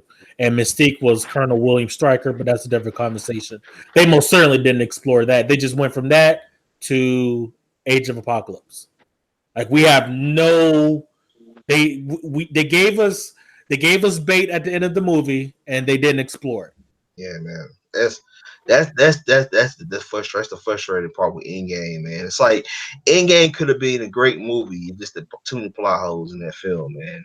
Too many plot holes. Like I was watching this film, I was like, for the second time, I was like, this movie is not good. It's I mean, you get past the fan service moments with all the heroes teaming up, get past that point, you just get this shit over with already. Just get it over with already, man. Like just get it over with already. You know, I don't know. It pissed me off, man. Yeah, I know for certain. After I see this John Wick 3, this is going to be the last movie I see for the year. I'm done with the theaters. I don't blame you, bro. This, I don't blame you, man. You're not watching X-Men? Nope. nah. I've heard it's pretty awful. But then again, I'm a sucker for sci-fi, so of course I'm gonna watch it. Are you gonna watch Honestly, episode 9? Say that again? Are you gonna watch episode hon- 9 in December? I'm sorry, one more time. Episode 9 Star Wars. Are you gonna watch it? No, I'm good. I'm done. I'm done with. I'll be watching the bootleg, and that's about it. Oh, you watch? Did you you're watch not the going to take the L on seeing Ray be No. the greatest Mary Sue of all time? No. Uh-uh. I don't mind. I don't mind. Like I always say, I don't mind a woman being the lead, but you can't sell me a Mary Sue and then expect me to be okay with it. Like you got to have some depth to your character, man or a woman. Yeah. But empowerment. But empowerment, Kathleen Kennedy said that the if force you, is if you, if female. you Don't you know? representation though, representation matters though. I love Ultraviolet. You, Uh, Tomb Raider's not bad. Um, nah. what? I I don't mess with any movies that are based off of games, and I don't mess with any games that are based off of any movies. I would Either love to, way, I would, most I would of love them to don't see end up though. being good. I would love to see like a. I actually love the Hitman games. I want to see a Hitman video game, hit movie do actually get done right because I actually like Hitman. I There love. is a Hitman movie, is it not? There is a Hitman It's, movie. I it's know, but trash. it's trash. I had never seen it, but yeah, I've heard it's trash. It's like, but Hitman is You so know interesting. what else is going to Man. be trash? What? That that new movie based on Doom. Oh, Oh, I wait. forgot all about that. Yeah, it's going to be absolute trash. And that Sonic movie, that was going to be trash too. They said they were going to redesign Sonic before it came out. Man, you can't salvage that film, man. Ain't no salvaging that junk, man. Here's the thing. They only have about half a year, 6 months Right, left. There's only but right. so much they can do in that. They're not going to be able to pull a 180 in 6 months. You That can, shit sucks. you can if you really don't want it to flop. I mean, because you had the internet go on fire, set ablaze on the design. So, I mean, as a director or as the company, you'd be like, okay, well, we can let the internet, clown us for the next 6 months, and then our movie bomb, or we can actually attempt to do something, or we can lie and tell them we're going to do something, but we're really not going to do shit. Which is really what the game industry loves to do. But we'll see. I don't know what it is. I am seeing John Wick 3 this Saturday though. I ain't Me gonna see too. John Wick 3. I actually like John Wick movies I'm though. seeing it this Friday. I'm John seeing it Wick, on day one. I just can't watch. I just can't watch them my movies, man. It just broke me, bro. I'm like, I don't know what it is. I love Thor and Infinity War. That just ruined his character, bro. They ruined it for me though. It turned him into a joke. I was like, fuck you, man. Pissed me off with that shit, man. Really I picked. have a feeling. Since they're introducing Holly Berry, I have a feeling that they may slide a mansplaining. I just have a feeling that they're gonna slide a mansplaining in there some way. The third movie, I hope not, because I like John Wick movies because I like John Wick movies. I think John Wick. Nah. Okay. I won't You guys need to raise your standards. John Wick is a respectable franchise. We've got nothing but quality. John Wick 1, quality. John Wick Chapter 2, absolute quality. So was the Marvel movies when they first came out also. And look at us. What? 2008. And look at us 11 years later.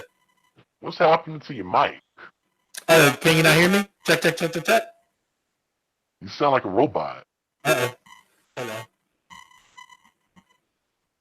Yeah, man, but it just I don't know. For me, it's just I don't know what it is about movies, man. It just franchise nowadays just go broke, man. They just can't help themselves, Yep. man. They just can't help themselves. I was watching Dragon Ball Super Broly yesterday, and I was like, not because I had time to think about it. I was like, they did kind of fucking make Broly a bitch though. This whole film though, like They I was, tried to make Broly a damn sympathetic figure that needed to be yeah, humanized. I was like, This what? dude was Like, going out of his way to butcher and slay Saiyans. yeah. We don't need him to be humanized. Check, check. Can you hear me? We hear you now. Okay. All right. But yeah, they softened up Broly.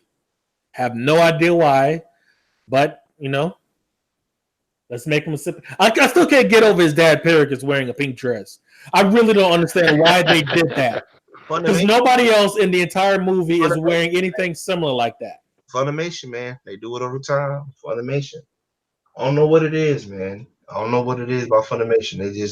They gotta jack stuff up though. But I was like watching it. I was watching it. I was like, they cooked Broly, man. Like golly, but I will say this: I still enjoy that fight between Gogeta and Broly, bro. Gogeta was wrecking Broly, bro. He was fucking that dude up, bro. Like I was like, it's a damn shame Gogeta is strong. Vegeta, Vegeta almost destroyed Broly, but Yeah. guess what little bitch had to go and save him in the nick of time, wasting the damn Dragon Balls? That woman Chile. I That was bitch watching saved him I in was the thinking nick about of it. I was thinking time about this shit of getting today. a raise. I was thinking about that watching. I was like, you know what, man? I know what logically makes sense because it's Dragon Ball Z at this point, so you put it to that point.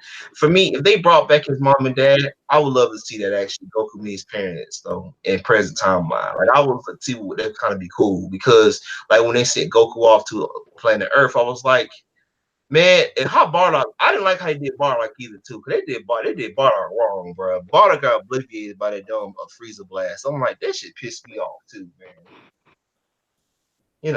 It just I don't know that weird film, man. It's weird, bro. I just have a bad feeling. Like you introduce a character like Halle Berry, I just have a feeling that people just cannot help themselves. Yeah, that's true. They That just can't help themselves. I wouldn't put it past Hollywood nowadays. Hey, I just hope they ain't doing no feminist shit with Halle Berry I character. hope, but consider this. In John Wick 2, they brutally, savagely gunned down a woman in that movie. So if they're Yeah, willing to gun women down, yeah. surely they would be willing to gun down another woman and not I would like a like not go all TV full into shows that like feminist agenda. they need to make. I mean, I would love to see a John Wick TV show because I think that would be kind of cool though. Like actually explain his backstory, like how he became a hitman, like he became a hitman for the mob. Like that would be kind of cool though. Because I actually like Keanu Reeves as an actor though. People give him crap for his acting, but I'm like, you know, it is what it is. Kind of like I like Keanu Reeves in The Matrix too. So I was a fan. I was always a fan of that. So Um, I don't know how I feel about the TV show. Certainly not coming at the same time as the movies, but I'm talking about like years. I'm like wait, as soon as the movies are done, like wait is the TV show for it. It would be kind of unique though. I don't know. It would be kind of tough though. mm, maybe. Don't Fox own John Wick? I have no idea. Cause Disney on Fox now. I can't imagine what they're gonna do to that film. So I don't know. Let's look it up. Shit. I was watching what is it? I was watching Dragon Ball Z Kai yesterday. I got the complete Blu-ray set. Man, that shit still hold up like that. That junk hold up like hell, bro. Like, god damn it, hold up, man. I'm looking at this. I'm like, why can't we get this with Dragon Ball Super, bro? What darker storytelling, man? Mm. What was it on? It was on. What was it? I found this what is it? Shit, what is it? It was I was on DeviantArt yesterday. I came across this They had it was like a fan art. And this fan created this female saying, and she had like this Goku hairstyle, and she had like the Gogeta with the vest. I'm Mm-hmm. like, damn, it's a dope picture. I might have to change. I might change my avatar to it. So, where is it? Do you think they're going to be? I think the video game Crash is still coming. Do you think there's going to be one with like Yeah. superhero Oh, it's movies? coming. Yes. Oh, it's coming. It's coming. It's It's coming. absolutely coming. And it will be a much better alternative than having government step in and try to regulate loot boxes. Because these AAA companies, they're instead going to feel the pain of screwing over customers for so many damn years that people are going to stop buying these AAA games. You see the stock prices of EA, of Bethesda, Ubisoft, and a number of these other publishers going down, and more AAA games are falling below sales expectation now than ever. The signs for a game crash are already here. I'm ready for that game crash. Mm.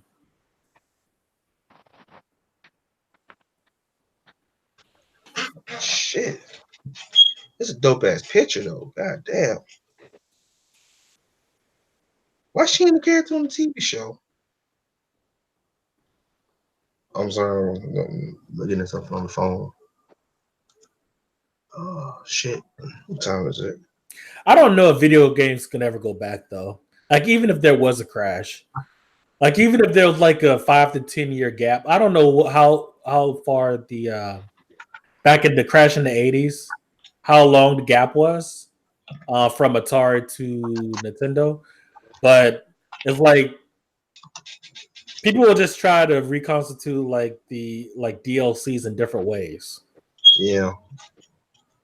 Like people will come up with all kinds of creative ways to fuck people over. But when it comes to like creativity or creating something new or something, I don't know, more productive, I don't know. It's just my, I don't know. I guess that's just my experience, but Oh. it seems to be with everything. Right. All kinds of media, movies, games, like just keep remixing what works. And Amy, I made you a mod, so I made you a mod now, so you can put stuff in the chat. Whatever, so okay, yeah, I just made you a mod. Let me what's yeah. You have you guys been checking out SFM lately? SFM. I have not. I have. He's What? been he's been pretty consistent with his thoughts, with his insights. He's been trying to get one out, a new stream out every weekend. I need to get back to my streaming stuff, but I just I'm always on the go for some reason, so I never really get the time to you know. But I can start streaming. Yeah. You ever Oh, streamed before? I haven't. This is my what this, but this I did one a couple months back. I think in January was about living. I forgot the name of the No, stream. I'm not talking about a hangout. I'm talking about like live streaming. Have I live streamed before? Yeah. Mm-mm.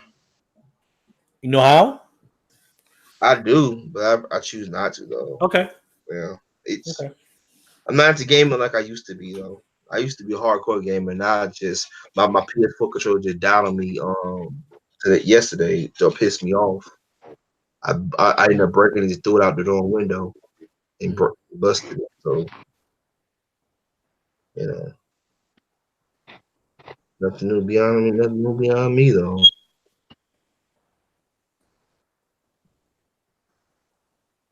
I hope in PS5 they fix that shit because that power shit that battery power suck on that door It controller don't though. matter if the games are shit.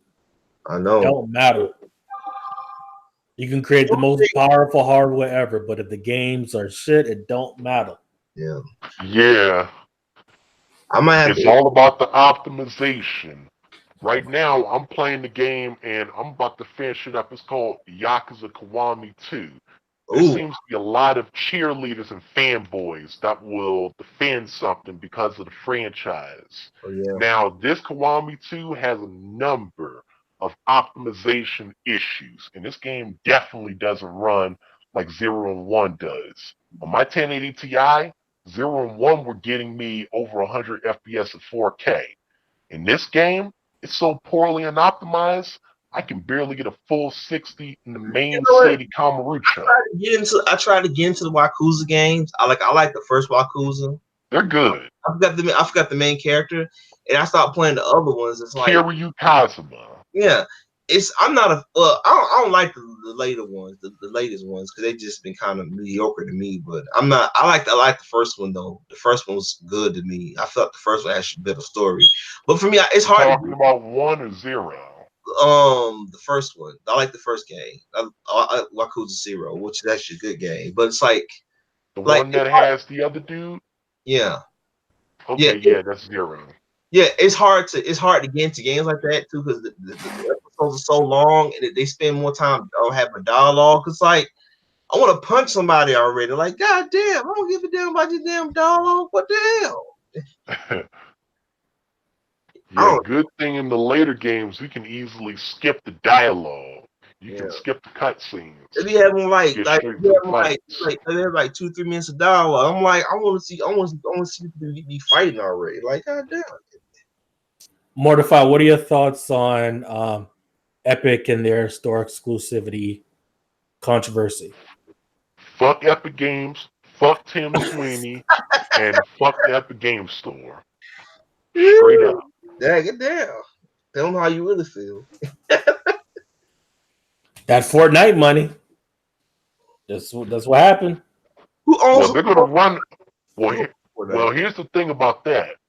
Tim Sweeney, that piece of shit, he's already said that they're on an unsustainable business model and they're just losing money the more games they just buy out for exclusivity. So they're going to eventually run out of that Fortnite and 10-cent China money.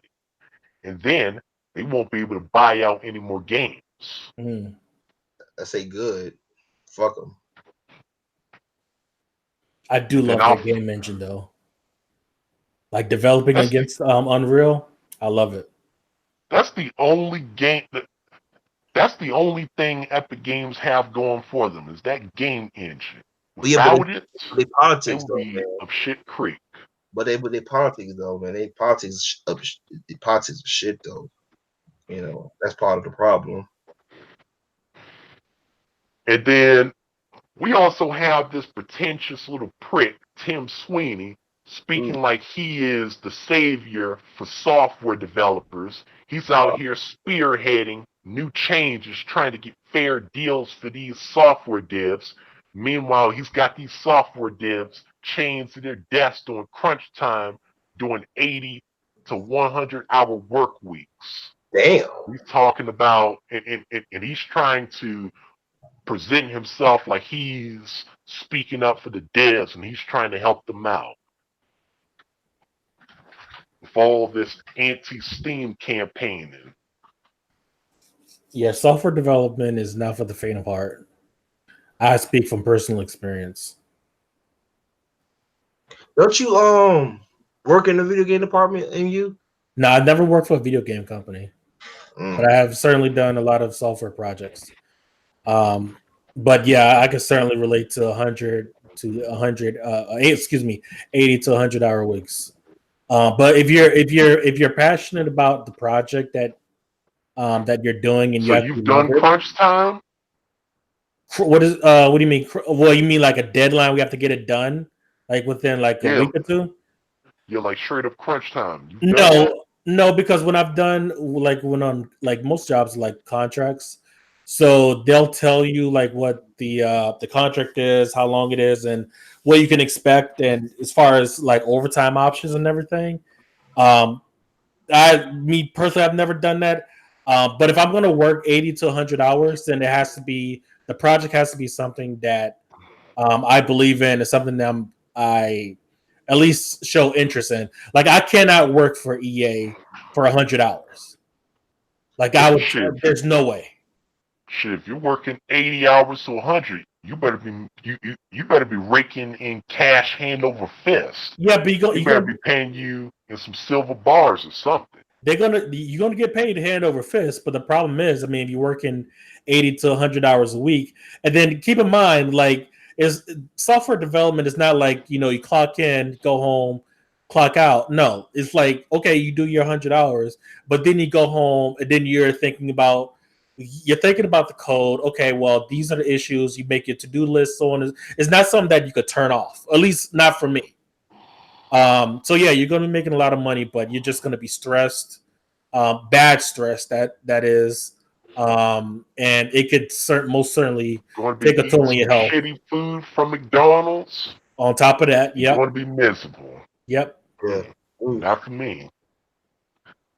Me personally, I'd rather be doing work with network setups, doing level 3 IT work than being a straight up slave doing software work. I'm good. I've never really been a network guy, but I've been a software development guy, but I've been lucky that most of my contracts have been pretty positive. It's not, like slave labor. And what I mean by slave labor, I mean like long hours, and stuff like that, and you just want to off yourself. I don't mind the long hours. It's just I just have to be passionate about it. I could do music production for what is that 168 hours a week. I could do music production and movie production for like I don't know 120 hours a week because that's something I'm passionate about. But you're talking about me making Fortnite assets for 100 hours a week, Hell, and I'm already beaten. I'm tired of looking at I don't know what the hell they're making in probably Unreal, not Unreal, excuse me. Probably in 3ds Max or Cinema 4D, who knows? Yeah, I can't do that. I would no. I'm like, oh, and did you watch Gotham finale? I have not seen Gotham. No, I have not seen any episode of Gotham. Man, this shit was terrible, bro. I did see the screenshot of what they showed Batman though. That Batman looking that like a bootleg ass Batman. Oh, what the hell? What the fuck with this shit? Is that a CW show?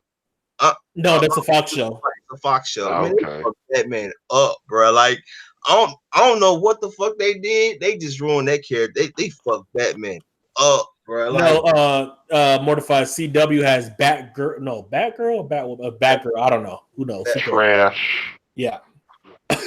But you know what show isn't trash and it just finished up? Arrow. What do y'all think about that Supernatural? The Supernatural season 14, if you've ever seen any of it. I've never seen Supernatural. Man, you need to take a look at it. Just go and take a look at the previous 2 or 3 seasons. This is about 200 episodes now. At the end of the seasons, and it just kind of got that what you call it, the Smallville feel was like they kept running too many seasons at one point. That just like ended already. I'll be watching they be showing Supernatural reruns in the gym. Be watching the shit like this shit look terrible. What the fuck? Supernatural came on when Smallville was on. I know. 14 years. 2005. Golly. I know. They still running too. Around since 05. They still running too. I've never really been into like vampires and demons and Neither. stuff like that. Oh, it's good. It's good. The show starts off with what's the blonde headed brother? He's the brother. I think he's a blonde in the show. He plays he voiced Jason Todd in Arkham Knight as Red Hood. I think I forgot his name. I have no idea. Jensen Ackles, I think. I forgot his name. Shit. Jensen Ackles. He's Dean Winchester. Yeah, he played Jason Todd in Batman Under the Red Hood and Jason Todd in Batman Arkham Knight. He was the voice. Now I know for certain that dude can act. Yeah. That dude did well as Jason Todd / Red Hood in that game. This is the only thing that would get me back into comic book movies. So they do Batman Under the Red Hood. You got me in theaters right there. Bro. I love that fucking story shit, bro. I love Jason Todd, dude. The Red Hood. He a badass, man.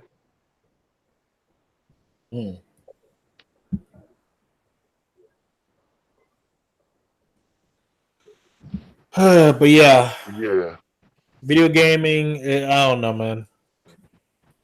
It's bad. It's bad. It's really bad. I think video games today is kind of like, especially with the political climate we're living in nowadays, it's kind of hard to make a game with the politics and all that kind of shit. But I don't know. I think gaming back in the day was better than gaming today. But I mean, graphics wise, good, yeah. But far as the freedom you had back in the day, you can actually complete a game without any interference. Nowadays, it's like fucking everybody got their fucking hands into these games that get made nowadays. Come out broken, the code in me all off and shit. Like I don't know, man. That's what I'm saying. I used to be a hardcore gamer back in 2012, 2013-ish. I used to like pre-order games from GameStop. I haven't been to GameStop in years, bro. Like I just stopped going. I go to GameStop mostly for Funko Pops, but that's about it. I was like, I don't even care no more.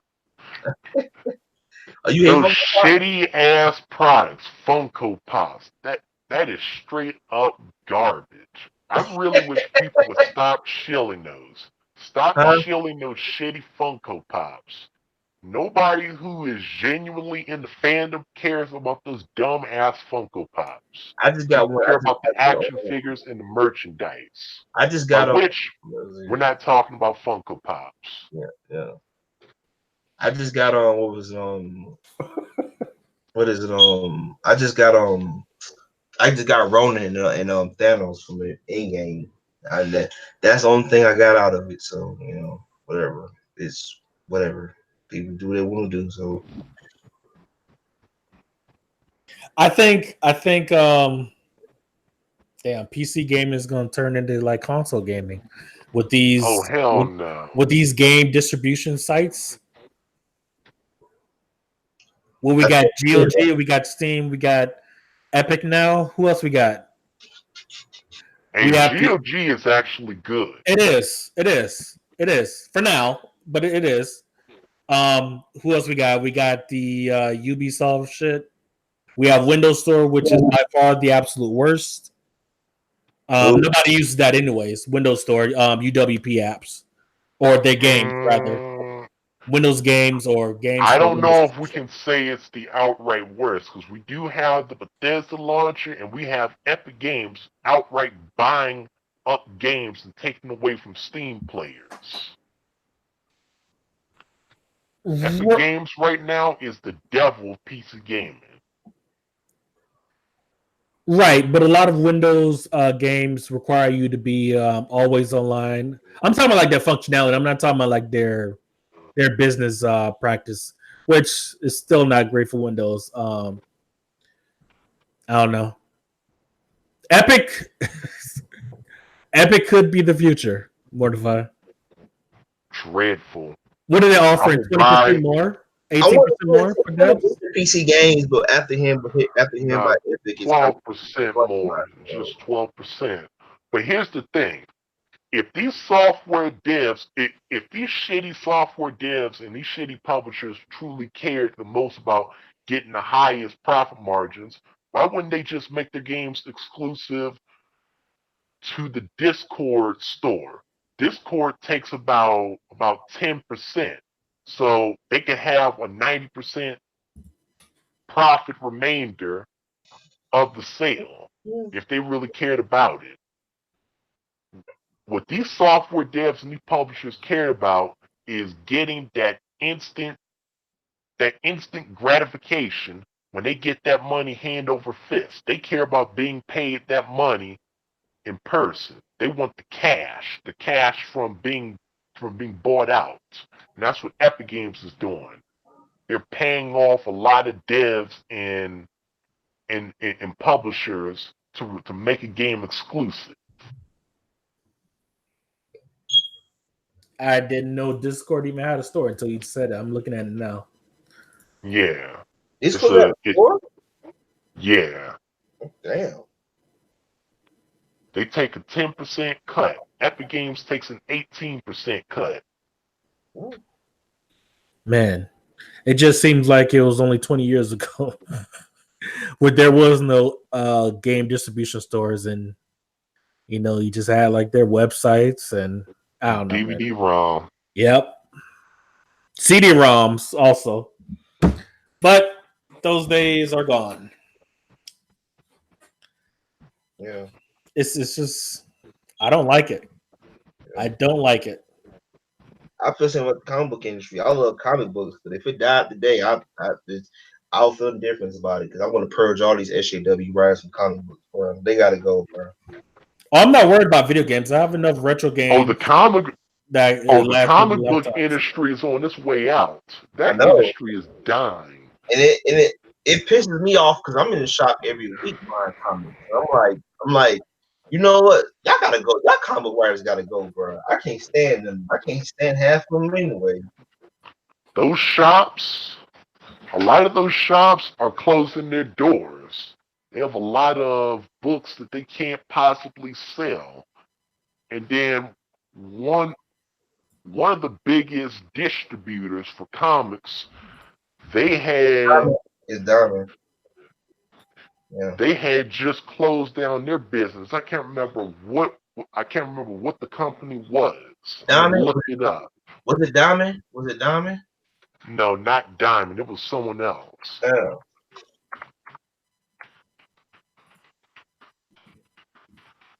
But the thing is, but you know what? I think I agree with you, MU. I think a lot of these companies, and this is why I always say I'm not calling for a boycott because I think boycott sometimes you don't work. But I think I tell people, look, if you want to see the trains, don't buy this shit. Don't watch it. Don't buy it. Like I refuse to buy Marvel comic books, and like to me, no, for me, and I hate to say this, but to me, I think a comic book crash would be a good thing because to me, a crash would be a good thing. And you're gonna struggle throughout in a couple of years. But I think how I see it, is that the only way you're gonna get the video game industry, comic book industry, or the movie industry, and people want to purge, you want to purge social, politics out of this into entertainment. Stop watching the movies, man. Stop watching. Don't buy it. And that's why I didn't watch Captain Marvel because I was like, man, I'm not gonna watch this shit just like a berated food called toxic. Hell no, man. Fuck that. You know. It's good. A crash is good if they humble themselves and they learn their lessons. Yeah. But if they just quit and they say, "Well, it's not profitable, we're done." Nah, hell no. I don't want these people to learn their lessons. I want these people to be punished for all the years of screwing over customers. I want these people to be put out of business and to never return. These people need to be vanquished from the industry. And the indie developers need to take over and lead by example, proving that when you listen to the customer and you give the customer what they want and you follow the mantra that the customer is always right, that you will do right and you can succeed if you listen to the customer.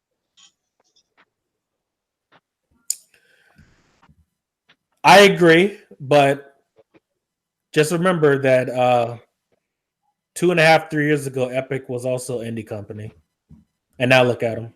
They got brought. Didn't they get brought out? Indie? Yeah, when Fortnite first came out, everybody was using their engine for years. Right? How were they an indie company? Right, but they wasn't making games though. Am I wrong about that? I think they just weren't. Well, they just weren't in the business of game development. Right. But game engines. Right. They were a big company. Okay. I mean, I'm looking at it in terms of indie, in terms of they publish their own shit and like they have to build from scratch. I mean, I guess I see where you're going with that. I don't know. I mean, I want to say that, once you have some success, then the company eventually goes corrupt. But then there's CD Projekt Red as an example of the contrary. So we'll see. We'll see. It seems like when companies grow, they can't resist. They can't help themselves. It's kind of like Telltale Games in the beginning. They started off good and got corrupted in the end. So. Oh yeah, like 20 years ago, EA Games was like it was flames. Like NBA Street, those are classics. Yeah. And then they got corrupted and start shit on the fans. Shaking down the customer, seeing how much more of every quarter they could squeeze from us. Funny because I was talking to a friend of mine about the whole game. He was like, "What would it take for you to get back in the game?" And to be honest with you, and I said, for me, I want to see you roll back a DLC. Like I'm tired of this whole when the game get announced. Oh, if you buy the season pass, just put the DLC on the goddamn game, man. Call it a darn day, man. I understand, you gotta make your money. I'm all for companies making their money, man. But still, like I'm so sick and tired. I haven't brought a season pass in months, years. I'm like, the last season pass I brought was Batman Arkham Knight, and I kind of got my money for it, but I felt like it was the hugest disappointment. Beyond that point, I was like, let's just end it already. Like, stop with this shit already. Just give us the game. Just give us the game we need. Just give us the complete game, and we cool with this shit. Why you gotta fuck it all up, man? Damn it, man. And that's my problem with gaming today. It's like it's hard to get invested when the company doesn't give a fuck and they tell you, you know what? Like, I don't know. It just pisses me off though. It pisses me off all the way. Well, it just goes back to my point. Like, well, the first purpose, or rather, primary purpose of a business is to maximize profit and to minimize risk or minimize losses, rather. So, of course, DLCs is maximize the profit, and of course, there's enough of the younger generation enough of the 1% Because that's really what it comes down to. 1 or 2% of people that buy DLC, but they buy a lot of DLC. So you have one company doing it, and then another company look at it and say, "Oh wow, well if they can do it, then we can do it." Yeah. And next thing you know, you got an entire industry. It's just I don't want to use the word toxic, but it's bad. Yeah. Trash. That's another word for it. It's like for me, it's the same thing with Sony. It's like, look, I'm a Sony guy. Like I've always been You Sony. mean Soiny? So yeah. But it's like I always been Sony. Like I've been always PlayStation hardcore fan. Soiny Entertainment. But it's like for me, like yo, with the way they censoring the games, I'm like Sony, y'all don't understand. I don't understand Sony, man. Y'all lost last year. Well, not this year, but y'all lost. Y'all winning the console generation far with the highest selling console, not of all time, but highest selling console of this generation. And it's like instead of you just like instead of you putting out good games or whatever, you censoring games. I'm like, I don't understand video game companies when they do that shit. You put out a great console. Well, I don't even call it a great console. Put out a console that's hot, that's sell high, and then for some reason you get so arrogant and start saying, you know what, fuck the fans. We're just gonna start censoring your shit. because they're an industry leader and they could say fuck the fans. If Yeah. you're an indie company trying to make trying to take market share from trying to make your place in the market, then you can't say fuck the customers because you'll be out of business. But if you're a company like EA, who has built their reputation on classics, but now you're a billion dollar company or whatever it is, even though you're taking your losses, you're still doing well. Then It's a cycle. you could say you can still say fuck them. You don't have to listen to the Cycle. customers when you're raking in billions on DLC. It is true. It is true. It is a cycle. They're Yeah. getting woke, and then they're going to go broke. It's that simple. Let me post in the comments something. This is the complete and total master list. This is the deluxe edition master list. The deluxe edition Get Woke, Go Broke master list with all the classics. Luke Cage went woke and got woke and went broke. Hellcat, Iceman, G.I. Joe, the comics of G.I. Joe. Oh, whew. Yep. Anybody remembers that? Or how about Solo, a Star Wars story? Went woke and got broke. That movie barely managed to get its money back. Barely.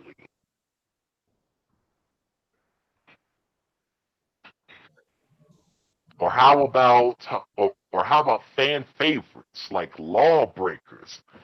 You two don't even remember that game. Mass Effect Andromeda. I remember Lawbreakers.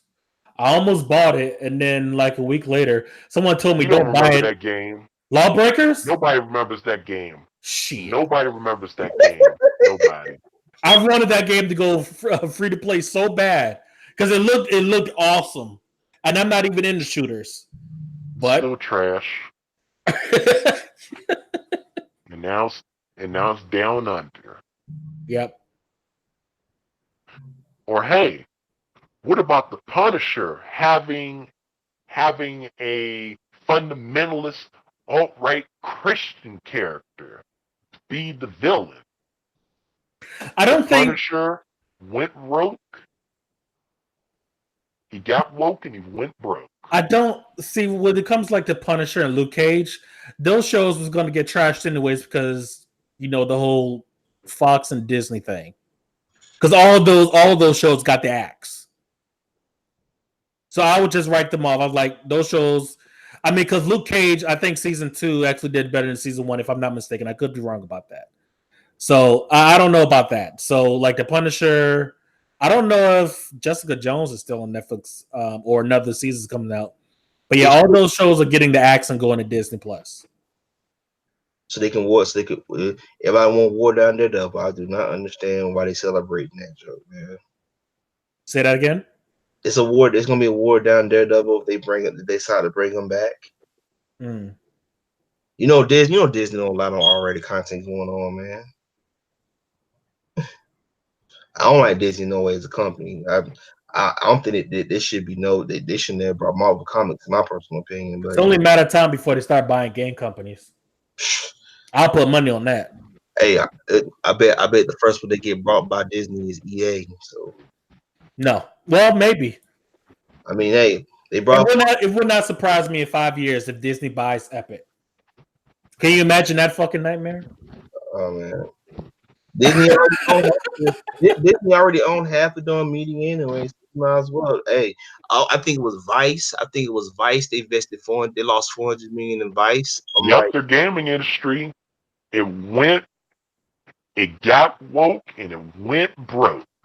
but you I know what? believe Vice is on the I master don't even feel list. sorry for I don't even feel sorry for Kotaku and Polygon. I want all them gaming sites to go. I say I hate them all personally. I said take them all. I hope they all go broke in the process. I hate when people lose their jobs, but I hate they so biased when they so biased with their politics. I'm like, man, get out of here with that junk, man. I'm not even a conservative, no liberal, so I don't care about both sides. But I'm tired of this whole one-sided argument. Like, yo, if you're gonna debate, if you're gonna if you're gonna have one side, you all for try to see the other side of the argument, man. I'm not even political, so So, I've never seen Solo, a Star Wars story. So, what was the Solo. controversy? What was the controversy with that movie? They made the robot fight for rights. They made Lando Calrissian a Pan, pan, homosexual, pansexual, who is a sexual deviant attracted to robots. What? Yep. What? Oh my god! Yep. That's why it barely made its money back. It was a complete and total failure. Wow. But I bet you Disney will probably try to make a part 2 to that shit. Since they have all this money. They just nah, bro. I think Disney. To me, I hope this happens where Disney, they buy so much power they have to consolidate some of the companies, bro. And I hope Marvel Studios maybe be the first studio to go along and somebody buy Marvel from Disney because No Disney. one's buying Marvel from Disney, and you know that. No way. I hope Apple does. The Somebody, only way that can happen is Disney goes under, and Disney is not going under. hey, they losing money left and right now. That is wishful thinking. No way. I hope so. We can hope. You know, Shit. I want. I don't like the future of I hate Disney as a company. sci-fi movies from Disney. I don't. Regardless of the franchise, I don't like it. come on. You mean to tell me you're not gonna like all these family-friendly, family comedy sci-fi movies where the women are going to look like teenage boys and the men are going to look like sword boys? You're not gonna like that? Nah. It's progressive. Nah. Actually, Shazam was actually not bad.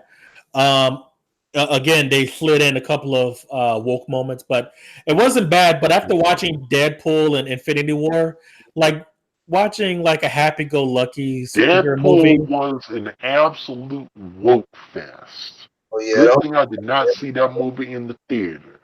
I did not know. I waited straight for that bootleg to happen. I'm gonna check out that bootleg for Aquaman. Whatever that one is. Aquaman was pretty good actually. It was not. It was not bad. It was not bad at all. Aquaman was pretty good. I kind of like Shazam, but I think Shazam kind of to me, when that whole because he kept being happy go lucky throughout the whole film, I was like, okay, it's time to get serious, bro. Like, okay, I get it. You're a kid, you know, you come to this grown transform to the grown ass man, but dude, come on, man, like, get serious, bro. When the villain was wrecking this shit, I was like, finally, something happened here already. God damn. I hear that the DC movies are supposedly getting better, but ever since Hack Snyder has been directing all the damn movies, I've been getting more and more skeptical and distance away from the DC movies. I still have a bad taste in my mouth after seeing Garbage League, one of the worst movies I've ever Hey, seen. bro. That I was know I'm gonna also get a lot of flack directed for by this Hack shit. I know Snyder. I'm gonna get a lot of flack for this shit. I'd rather watch Justice League than Endgame all over again, bro. I'm Stop. No, I'm stop, sorry, stop, bro. stop, stop, stop, stop. Nah, bro. Nah, man. That movie wasn't even a 7. Dude, bruh. That movie broke so many. That movie. I will say, Endgame had moments. It's just that the plot holes just fucked that movie. Moments of what? Had some good moments, like when all the heroes showed up. I was happy for them. So But the fight scene in the end lasted what, 10 minutes? 15? yeah, So and we're if talking about a 3-hour movie. You're talking about I felt like Thanos. I feel like Thanos. That whole film was just like he was just an afterthought. Like he was the focus in the first film, and then got the second film. That was like, well, fuck it, we got to have the heroes win now. You know, what's the magic ass pull out is our situation. I don't I've know. said this before, I'll say it again. If you want good DC movies, you can't have Hack Snyder anywhere near in sight. That motherfucker needs to be banned from the premises You of don't piss me all off Warner with Zack Snyder Brother though. You don't piss me direction. off with Zack Snyder with this whole idea. I think recently, what was it? I think couple months back, he was like, you know, man, the people that hate Batman versus Superman, you know what I'm saying? They don't understand my films. I'm like, dude, you fucked up Batman and Superman, dude. Batman and Superman, that movie, and I said that when Batman vs Superman was announced, and I was kind of iffy on the film, but I was like, you got Batman, Superman, Wonder Woman, you got the Trinity of DC. I'm always been DC guy. I always been hardcore DC. I'm more DC. I love DC more and more Marvel. But I was like, you got my money right there. But it's like you fucked up Batman and Superman. This movie should have did $3 billion easily at the box office, and you fucked that movie up. I said, and he fucked. Well, he did not. I think that's not Josh Whedon's fault. That was kind of because that movie, the first movie, Justice League, then what Thanos was doing was unwatchable. But I'm like, you fucked the Batman and Superman, dude. You don't know nobody near Marvel, near comic book movie. That special DC film. Hell no, man. I'm still pissed off that Ben Affleck didn't get a chance to be Batman though, man. I like the Ben Affleck's Batman though. People gave him shit though for killing, but who cares? Batman has killed before, so what the fuck do I know? Hmm. I want to ask you guys a question because I know this is comic book shit.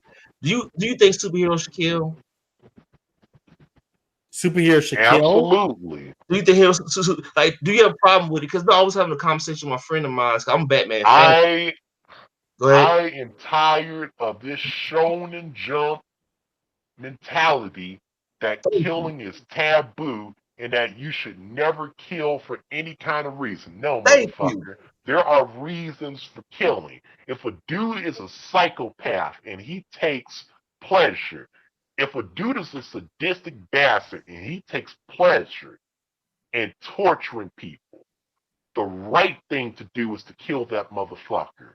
The right thing to do is to put him out of his existence for doing all the wrong he's done.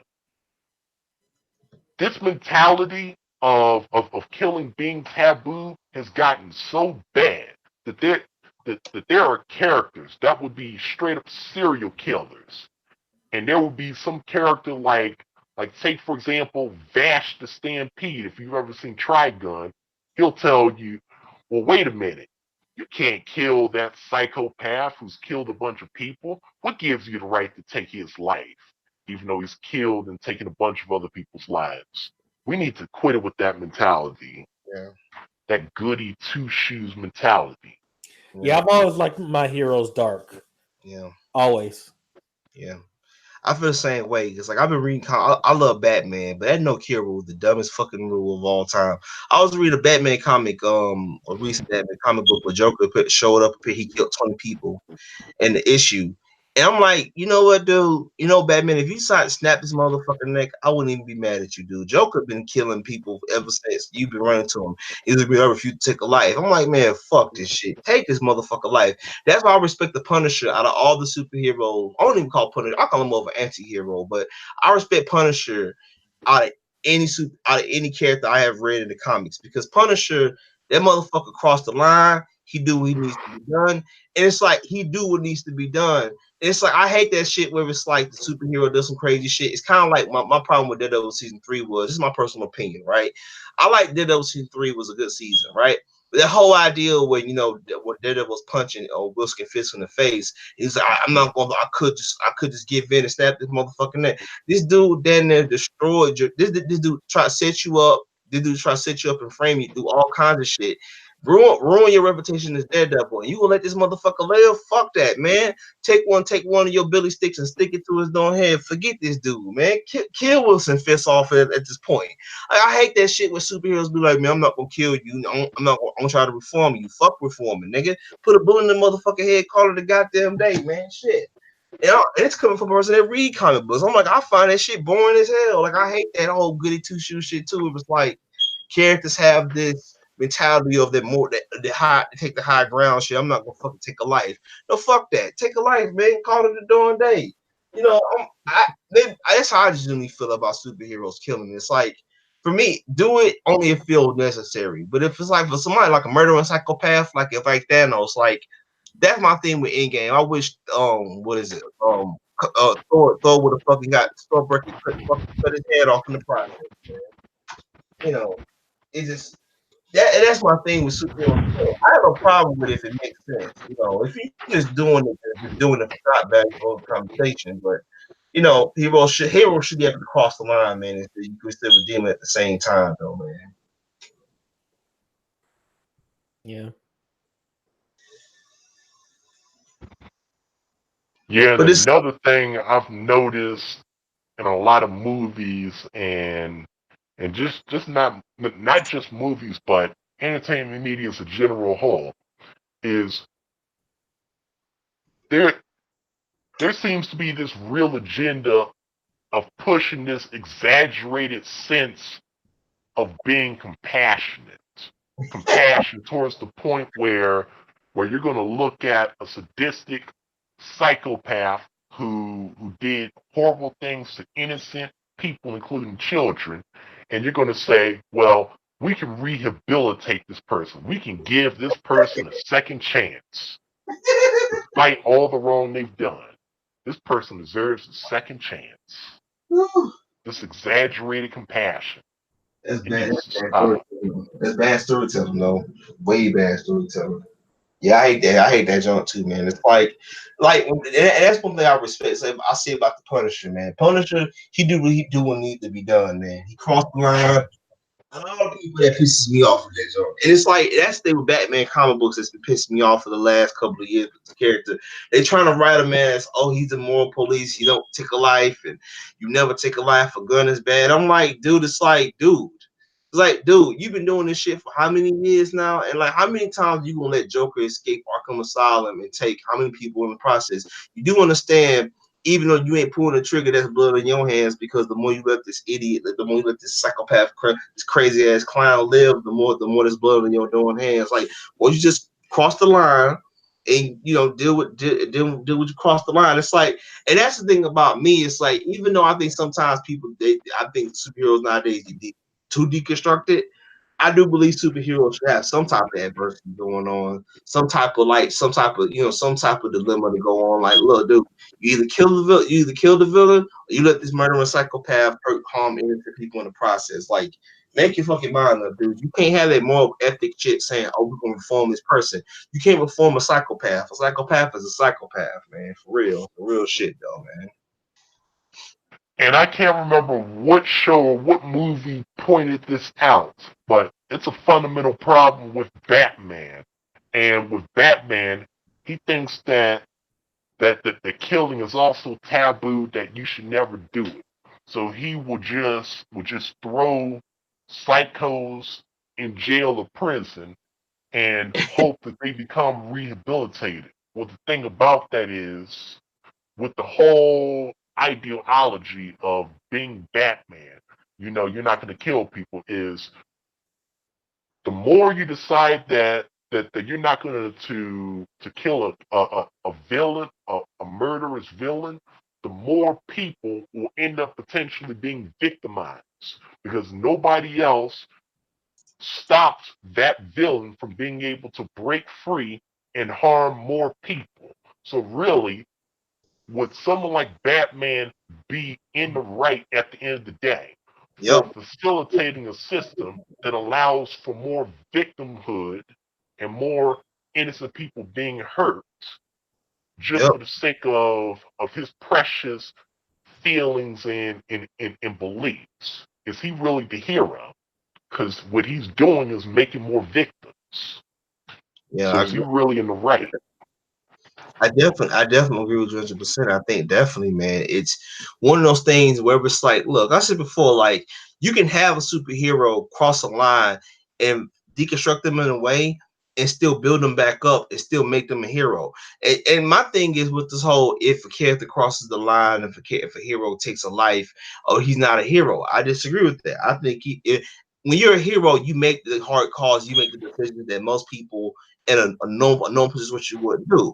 It's like, that's my thing with superheroes. It's like I always say, and to me, I don't mind superheroes having some type of moral code ethics, because I think you have some morals or ethics. It kind of makes sense. But when you look at superheroes, like I look at superheroes today, and it's like everybody has this, I'm a good person no matter what I do, and I have to be this, I have to be the moral police. I have to take a stance on some shit, and not realizing the fact that you're still a human beyond the point that there's only so much you can allow before you start fucking snapping. And that's my thing with Batman. It's like I read all these comics, Batman in it. I'm like, dude, how many times are you gonna sit back and watch clown, this crazy ass clown, murder people, clean Oh people, yeah. people? And it's like you see this shit. It's like, dude, it's like kill this motherfucker already, dude. I know you want nobody. Now remember. Now remember. It wasn't Batman who was being talked about. It was Vash and Trigun in the anime called Trigun, where he would walk around a whole land of bloodthirsty psychos that only cared about getting the money after claiming bounties on people's heads. Well, his ideology of you should never kill, that's taboo, his ideology actually got people killed. One of his friends, who was a pastor, a missionary, who was hired by the church, he was killed following, pacifism, following that dumbass ideology of you shouldn't kill. He had the option of defending himself in a gunfight. But because he chose to follow Trigun's ideology, he ended up being killed by the end of the show. Spoiler alert. Yeah. And that's my thing. That's my thing with the whole heroes thing. I understand why people do it, because people do it nowadays. People have characters kill all the time for shock value. But if you do it as a more reason and you explain it, and it's like, okay, these two characters are coming to a crossroad, and like, either one got to survive. I can kind of understand why people would do it. But it's like my thing is with the whole character should not kill. That shit is boring to read, bro. It's boring to read, and that's why I like the Infinity War, because Infinity War was like it easily could have been. Oh yeah, the heroes get the Infinity Gauntlet for Thanos, and what if he don't get it? He'll get the snap away halfway population, but he got what he wanted. And I was like, okay, finally, a goddamn movie where the fucking villain is doing it. It is actually ended on a sour fucking. I don't even call it a dark note. It ended on a dark and dreary moment where it's like, fuck, like goddamn, like, and that shit. It's like to see half the population get wiped out in the process through the infamous snap. I was like, okay, shit, I kind of like this though.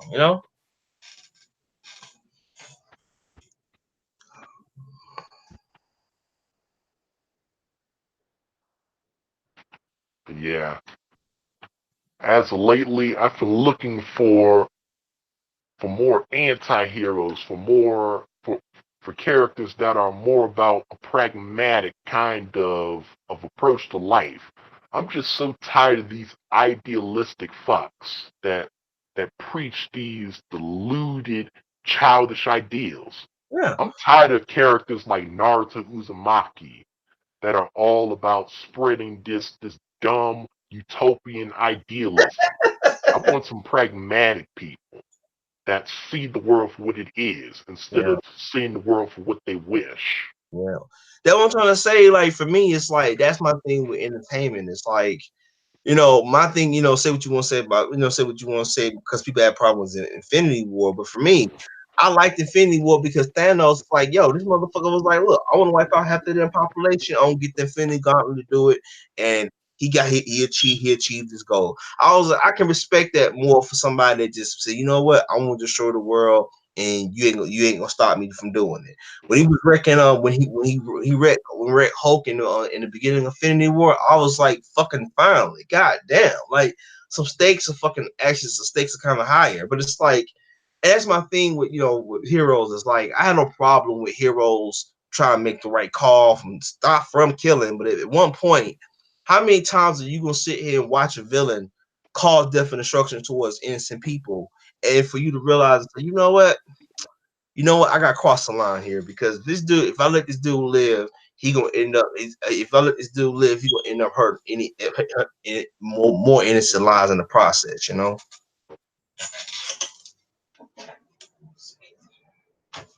Go ahead, modify. Shit. Time is it? I finished. Oh snap! What time is it? Shit! I'm about to end the stream. Um, got about to end the stream. So, what if you want to get in closing thoughts?